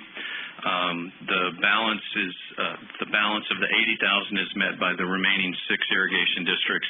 And as I indicated earlier, the City of Phoenix is receiving 15,000 acre feet of their CAP delivery from deliveries of CAP credits stored in Roosevelt Dam. We have a second program. So how are we doing on the creation of ICS? We're in partnership with the Department of Water Resources. We've reached agreement on the terms of our ICS program. We've submitted a request to Southern Nevada Water Authority for their approval. Because it's part of the 07 guidelines, there are 8 Colorado River contractors in the lower basin that need to approve the ICS program. It's up for consideration with Southern Nevada next week. We've been working with our colleagues in California, and we are submitting a formal request for their consideration in June. And we've been working with Reclamation on the details of implementing an ICS creation plan. We believe we have reached a consensus on the appropriate approach. So we're hopeful that we should have all of the I's dotted and T's crossed by the end of June. We have a second program, which is a conservation program in the entire Colorado River watershed. It includes potential projects in the upper basin, in the lower basin, and in Mexico. We have a pooled funding agreement between CAP, the Metropolitan Water District of Southern California, Southern Nevada Water Authority, Denver Water, the first time we have an upper basin participant in these activities, and the Bureau of Reclamation. The Bureau is providing $3 million. The other water providers are providing $2 million apiece. It's a basin-wide approach, as I said, and all of the water that's created through this conservation is for the benefit of the reservoir system, benefits in Lake Powell and in Lake Mead. It's not available for future diversion. It's not an ICS program. In the lower basin, Reclamation is the contracting agent for the funders. They sent out a request for proposals in October. We've received 17 responses. We've had responses from each of the 3 lower basin states. They cover all the main water use sectors, municipal, industrial, and ag, including irrigation efficiency and fallowing. And as funders, we've requested proposals or clarification from 9 respondents. So about half of the proposals merit further investigation. We're hopeful that we will be contracting with our first partner by the end of May. As I said, it's a basin-wide program. We anticipate that we will have an agreement with the Upper Colorado River Commission, which represents the 4 upper basin states, to be the funder's agent in the upper basin. Again, we anticipate that they will be requesting proposals from the upper basin entities targeting conservation that benefits Lake Powell. Again, if Lake Powell is higher, then we can avoid what Dan talked about, 7.48 million acre-foot release if we can keep Lake Powell buffered. We are targeting projects to kick off this summer, and we will include monitoring and verification activities to determine how well these funded programs conserve water in Lake Powell and other upper basin reservoirs. Thank you.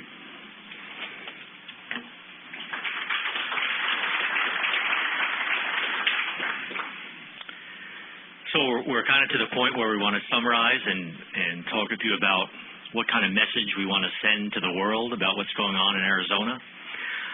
But before we do that, Chuck mentioned the connection between the Salt River Project supplies and the City of Phoenix and their CAP supplies in the ICS program.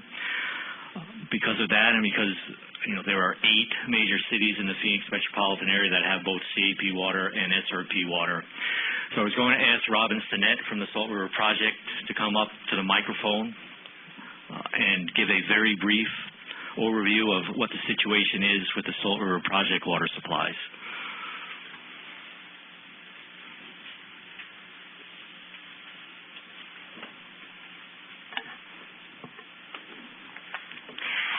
Thank you very much, Tom, for including Salt River Project in this very important discussion of Arizona water supplies and water resources.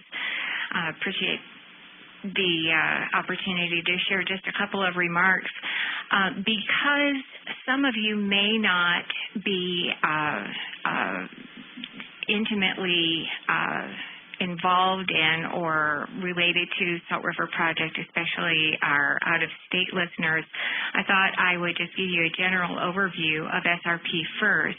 before talking to you about our water supply situation. Like CAP, we are a reclamation project as well, and a very mature reclamation project. The first part of that was the construction of Roosevelt Dam, which was completed in 1911. So this project has been around for quite a while.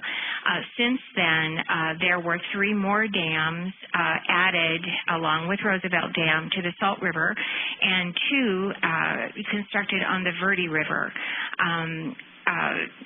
The Salt River and the Verde River converge, and we collect that water and distribute that water to about 250,000 acres, as Tom mentioned earlier, right here in the valley.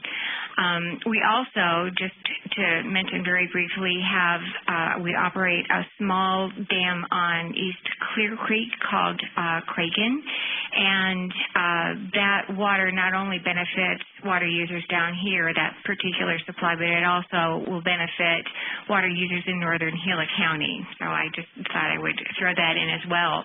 But getting back to the Salt Verde system, our deliveries were almost primarily agricultural deliveries early on in the project, and as Tom had mentioned, they transitioned over to almost primarily municipal deliveries. We deliver raw water to several valley cities, most of whom are represented here in this room today, for their storage and treatment and delivery through their own distribution system.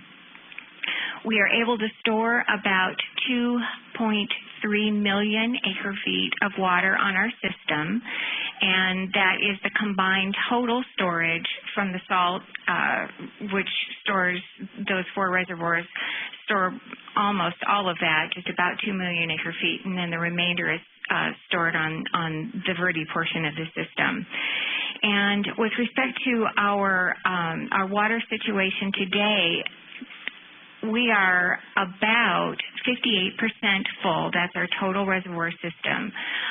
So we have about 1.3 million acre-feet of water stored in our system right now. That 58% full is almost exactly where we were this time last year. We were at 57% full last year. So we're sort of grateful for that extra 1%. Winter precipitation on the Salt Verde reservoirs system on the Salt Verde watershed was 75% of normal, and runoff was 69% of normal, and that's for this particular winter precipitation, this past winter precipitation period, January through March. We have been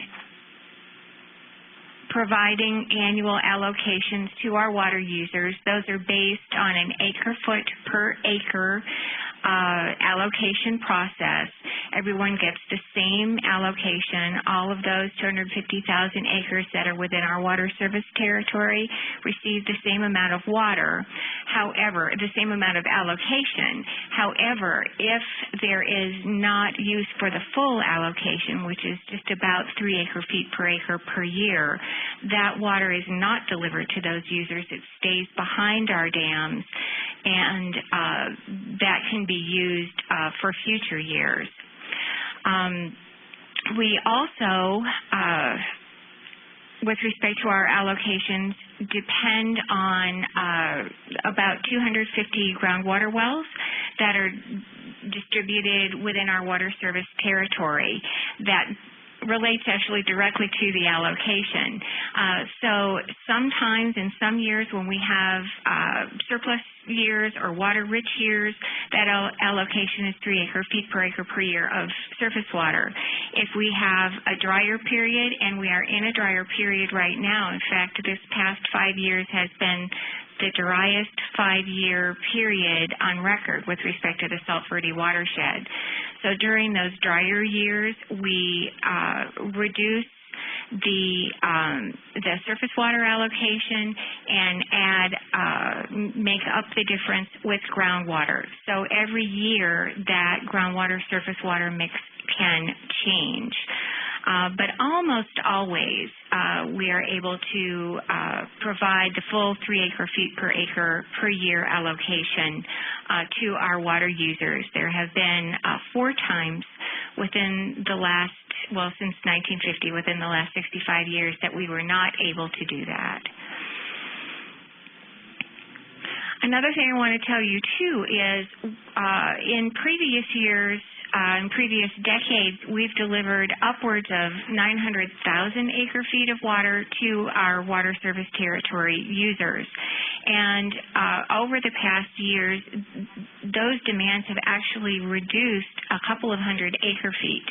This is due to 2 things. One is the transition from agricultural use to urban use, which is in our area more efficient, and also because of the excellent efforts in demand management that our on-project cities have made over the past several decades, the past 3 in particular.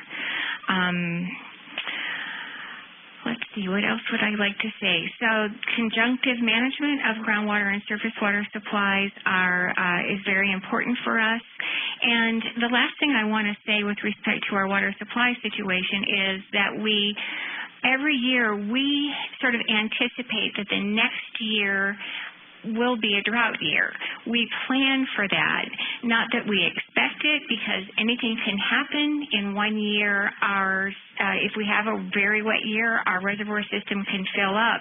But when we do our planning, we plan as though we will be in a drought for the next year.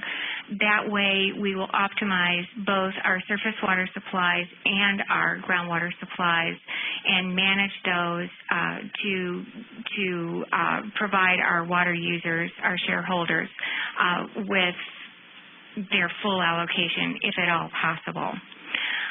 Would you indulge me one more minute? I was going to ask if, instead of coming back up during the public participation period, if I could talk just for a minute about messaging as well, or would you like me to do that later? Let's do that later. Okay. Thanks very much.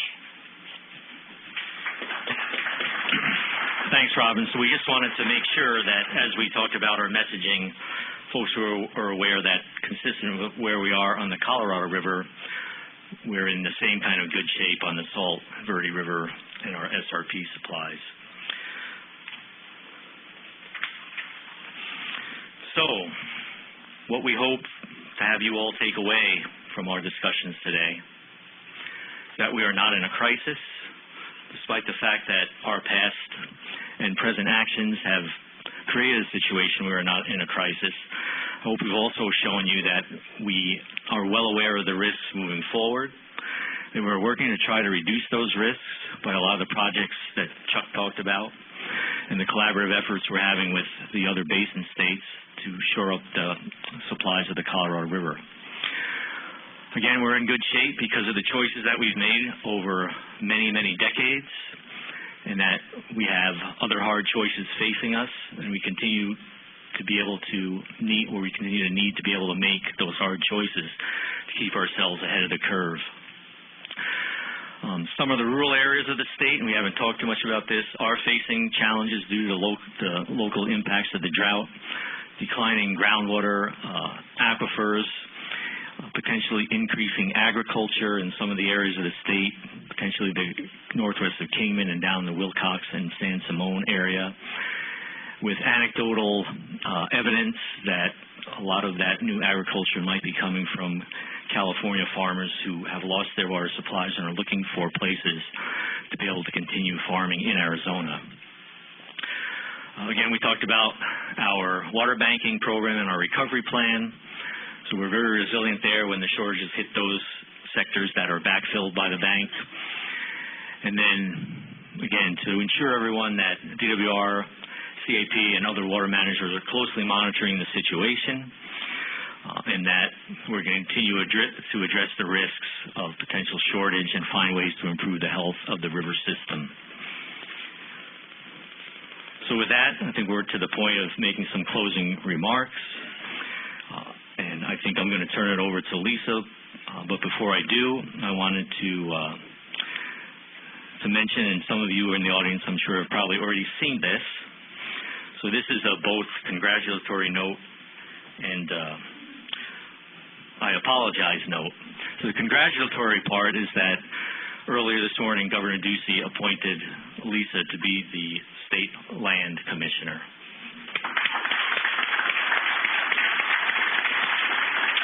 The bad part for Lisa is Lisa and I now will report to Hunter, and she'll have to work even more closely with me over the coming years. So Lisa, you're up for closing remarks.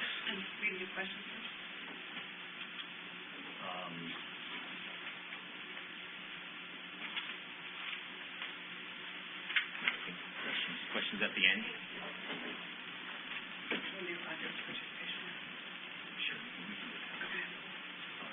No, that's okay. Thank you. And I think it's a good thing that we're going to be working even more closely together and working with Hunter and the governor. So this is a part of the program where we want to do audience participation and next steps before Tom and I dazzle you with our closing comments. So we have blue cards and we have a roving mic. Okay. So we're going to make the assumption that you have questions for our experts. So I'm going to be directing, asking everyone just to jump in and answer the questions as they come up, and we'll make sure that we get the 2 field offices and WRRC as well. In fact, while we're waiting for someone, I can't believe this is a shy crowd, waiting for somebody to come. Oh, it's no longer shy. Senator Pierce. Thank you. Thank you. Can you hear me? Yes, sir. I had a couple of questions I wrote down. One was that there was a decision made at some point in Navajo Generating Station and how the energy prices are going to skyrocket in 2020 as a result of that. My first question is, who made that decision? Second one is, there's a lot of brackish water. People have come to me saying there's brackish water in Yuma, there's Buckeye.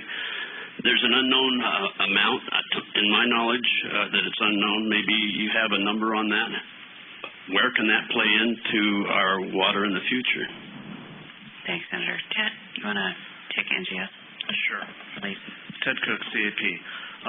The change in 2020 on the Navajo Generating Station situation is due to the expiration of the original land lease and coal contract on that project that were originally signed 25 years ago. So those are expiring, 50 years ago.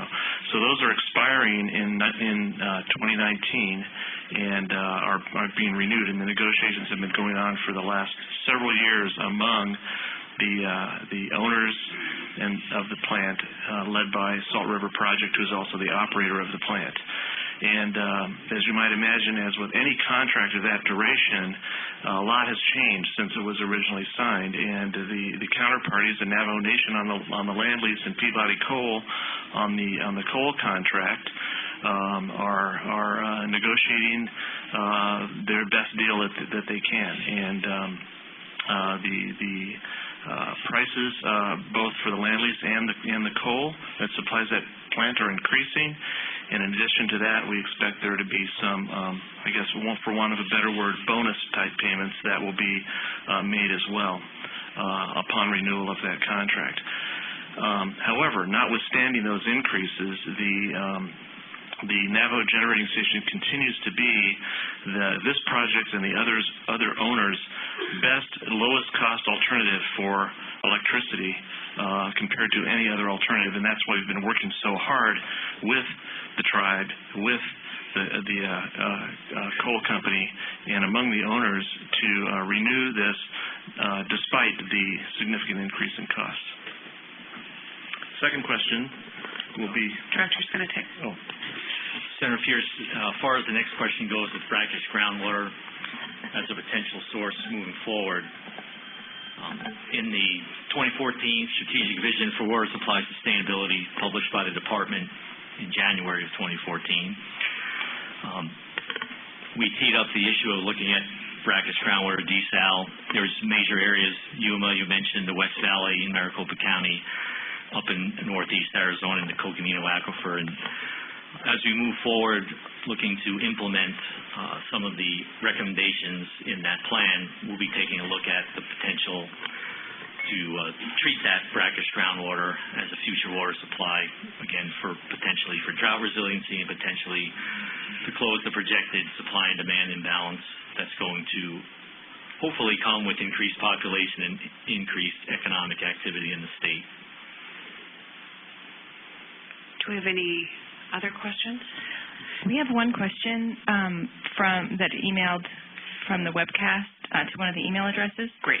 And that question is, under the 2016 projected Tier 1 shortage impact, other excess storage losses are 127,000 acre-feet. What are the consequences of that?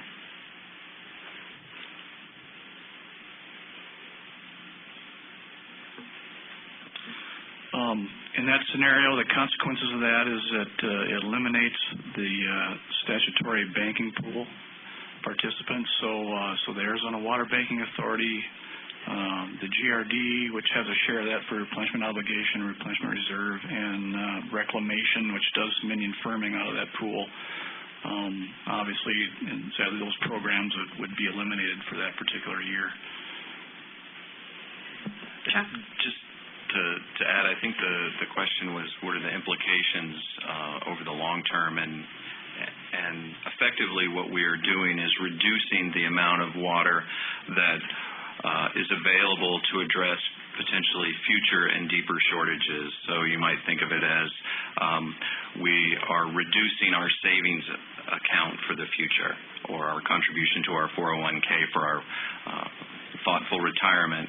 And some of us would like to retire before a shortage, but that doesn't appear to be in the cards. Maureen, did you have a question?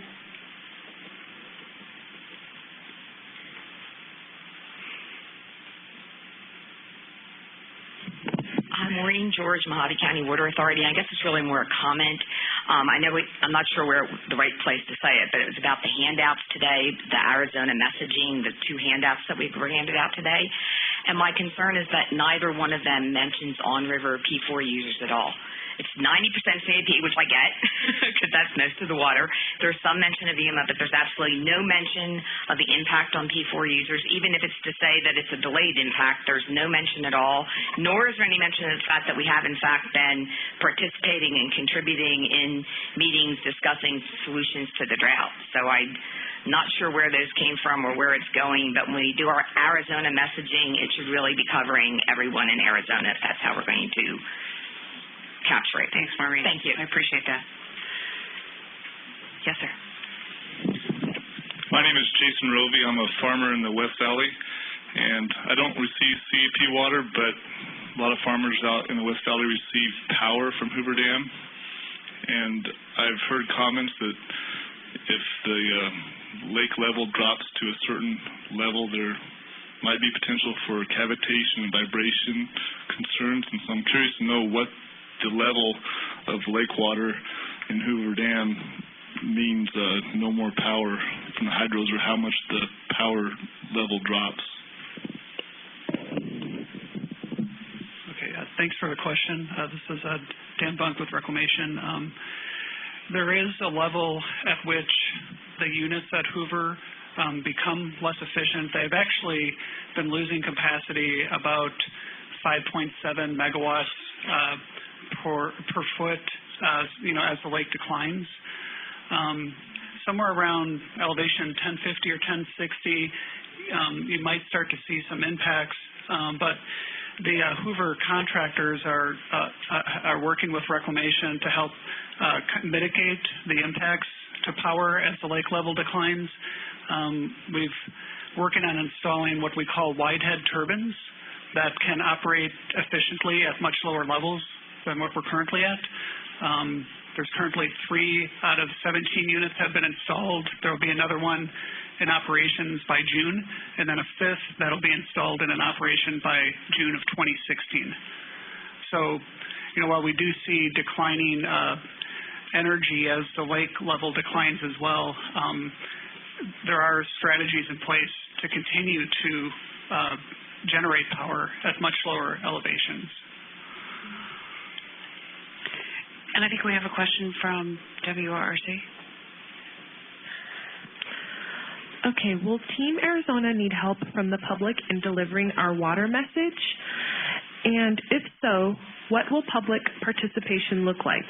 Is it possible to create a citizens water advisory group at the state level if it doesn't already exist?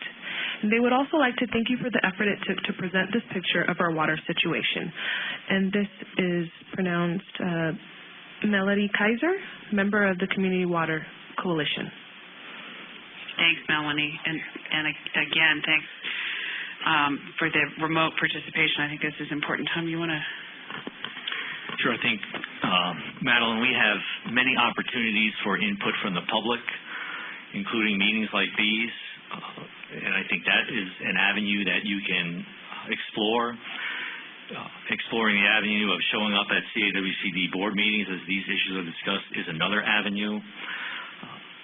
I think that the public can help the state in terms of where we're heading with these shortages in looking to do additional conservation that they personally can do in their homes and in other places. So I think there are opportunities. I'm not sure we want to go as far as creating a statewide Citizens Water Advisory Group. I wouldn't try to predict how big that group could get and how wieldy or unwieldy it might become.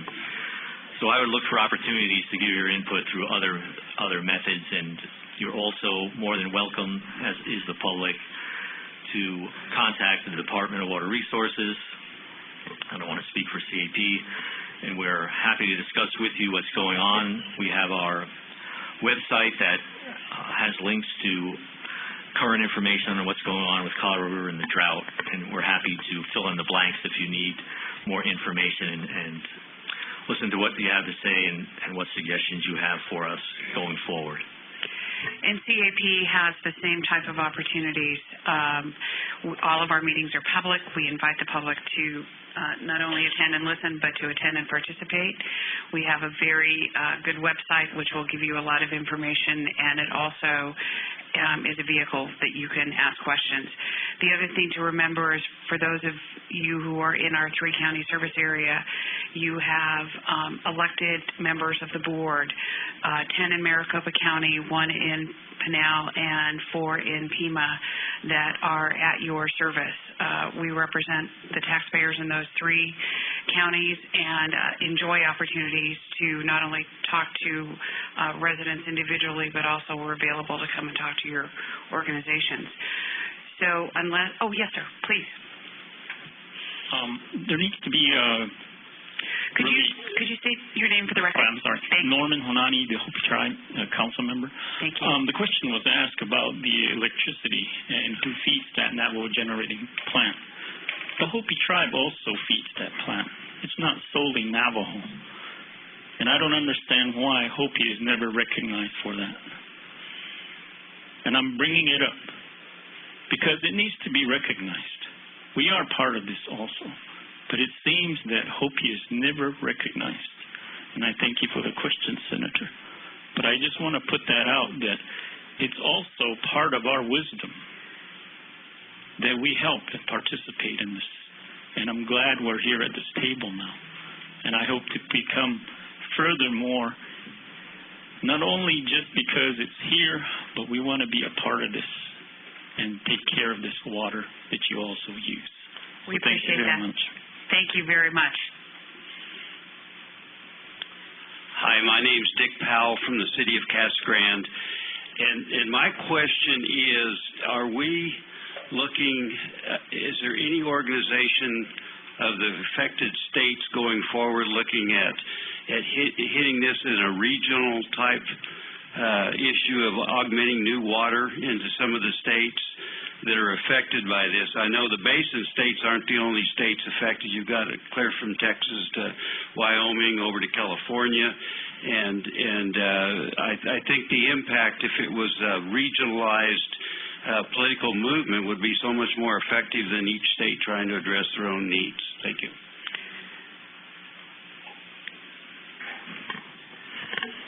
So you mentioned the activities between the basin states, but the state of Arizona is also part of something called the Western States Water Council.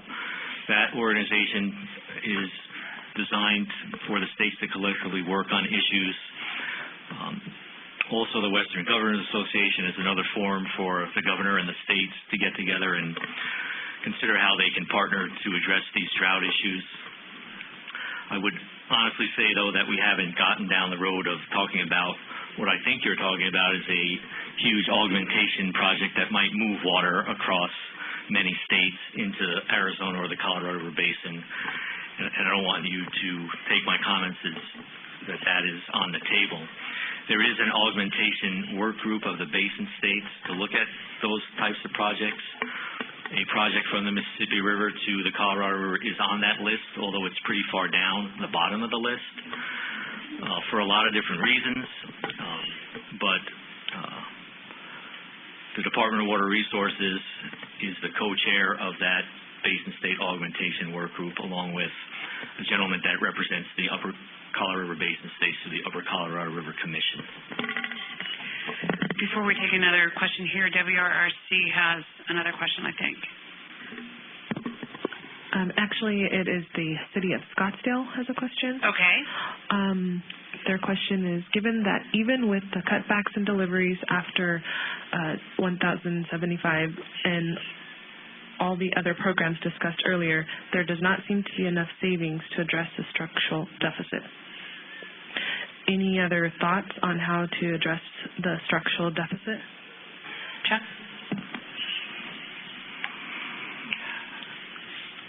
We recognize that the efforts that we've undertaken in the lower basin pilot drought response actions memorandum of understanding are focused on addressing the immediate near-term risk of shortage. We have been working for a couple of years with the Department of Water Resources as our partner to communicate the risk that is posed by the structural deficit to our colleagues in California, Nevada, and in the Upper Basin. We're hopeful that as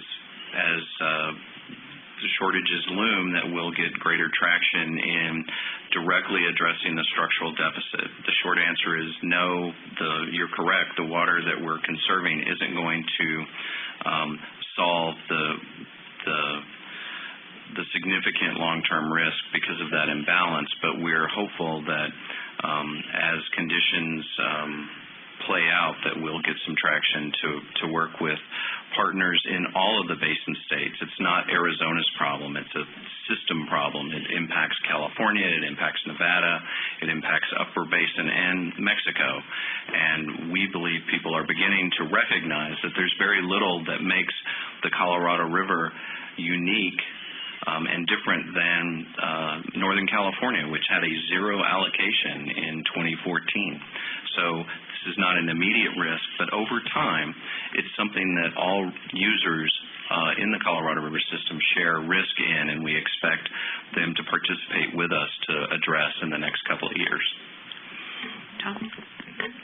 Just to add to that, the 740,000 acre feet in the MOU was specifically designed to be a first step.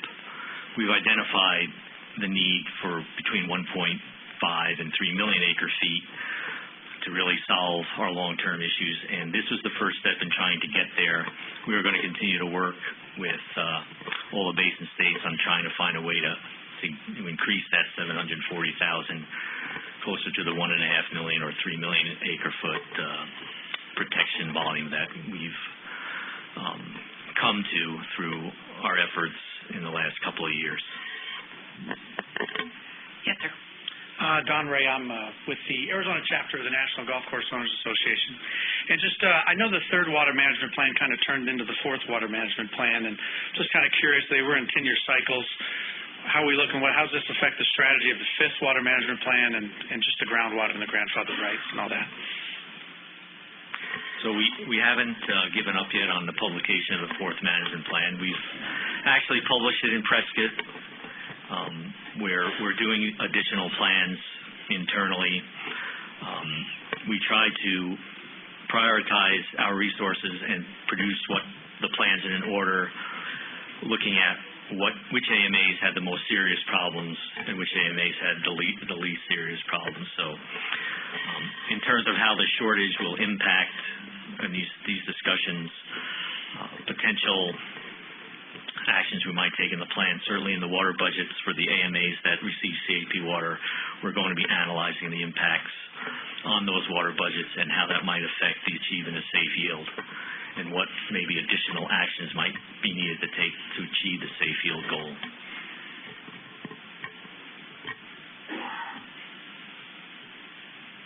I don't see anyone rushing the microphone here at DWR unless we have any other questions remotely. With that, before I make my closing comments, I'd like to ask the director to make his. Thank you all.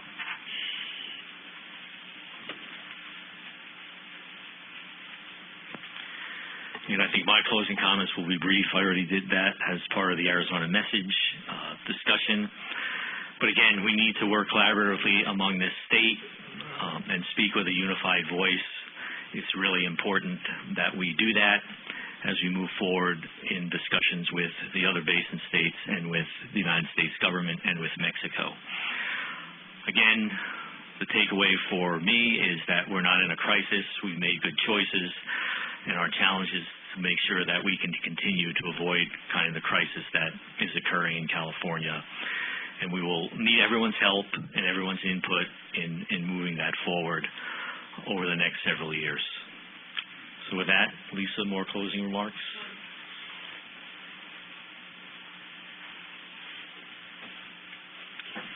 Just a thank you to the department again for their hospitality and the collaborative work that we've been doing between CAP and DWR. And for all of those of you who are here and those who have joined our meeting remotely, it's been an impressive gathering. We're grateful for the fact that you would take 3 hours out of your day to spend with us so that we can all be on the same page. So just a couple of thoughts. As we close, the current official forecast from the Bureau of Reclamation for April, while not showing shortage for 16 nor 17, clearly shows that the system is approaching a tipping point, which could still trigger shortage in 16 and 17. CAP and DWR will continue to monitor the situation each and every day, as we always have done. We will provide updates as soon as information is available, and the Secretary will not make an official determination about shortage until mid-August. While shortages in 16 or 17 do not pose a crisis for Arizona, they will impact CAP irrigation districts and our agricultural sector. They also signal the need for Colorado River water users, regardless of state, priority, or use sector, to work even more quickly and diligently to address the ongoing imbalances between supply and demand, increase conservation to benefit the system itself, and to take proactive measures to increase Colorado River water supplies. CAP and DWR are taking cooperative actions to avoid shortages and support Lake Mead. CAP stakeholders continue to set the standard for water conservation and efficiency both in the urban and ag sectors, and for that, we're very appreciative. CAP and DWR hope that you have found today's conversation helpful, and please know that it is not the end of the conversation. We really need to hear from each other. You can continue to send us comments and feedbacks via email or our websites, and they will have the latest information posted at both sides. At CAP, we are regularly monitoring river conditions and getting regular reports. Come to our board meetings. They're open meetings. The May meeting for CAWCD will be in Casa Grande on May 7th, and then we're back at the Phoenix headquarters in June, and our board meetings are always the first Thursday of the month. The water bank meetings have the latest information, as well as the groundwater user advisory council meetings, so those are another resource for you. Any additional questions after you leave today's meeting can be emailed to us at info@cap-az.com.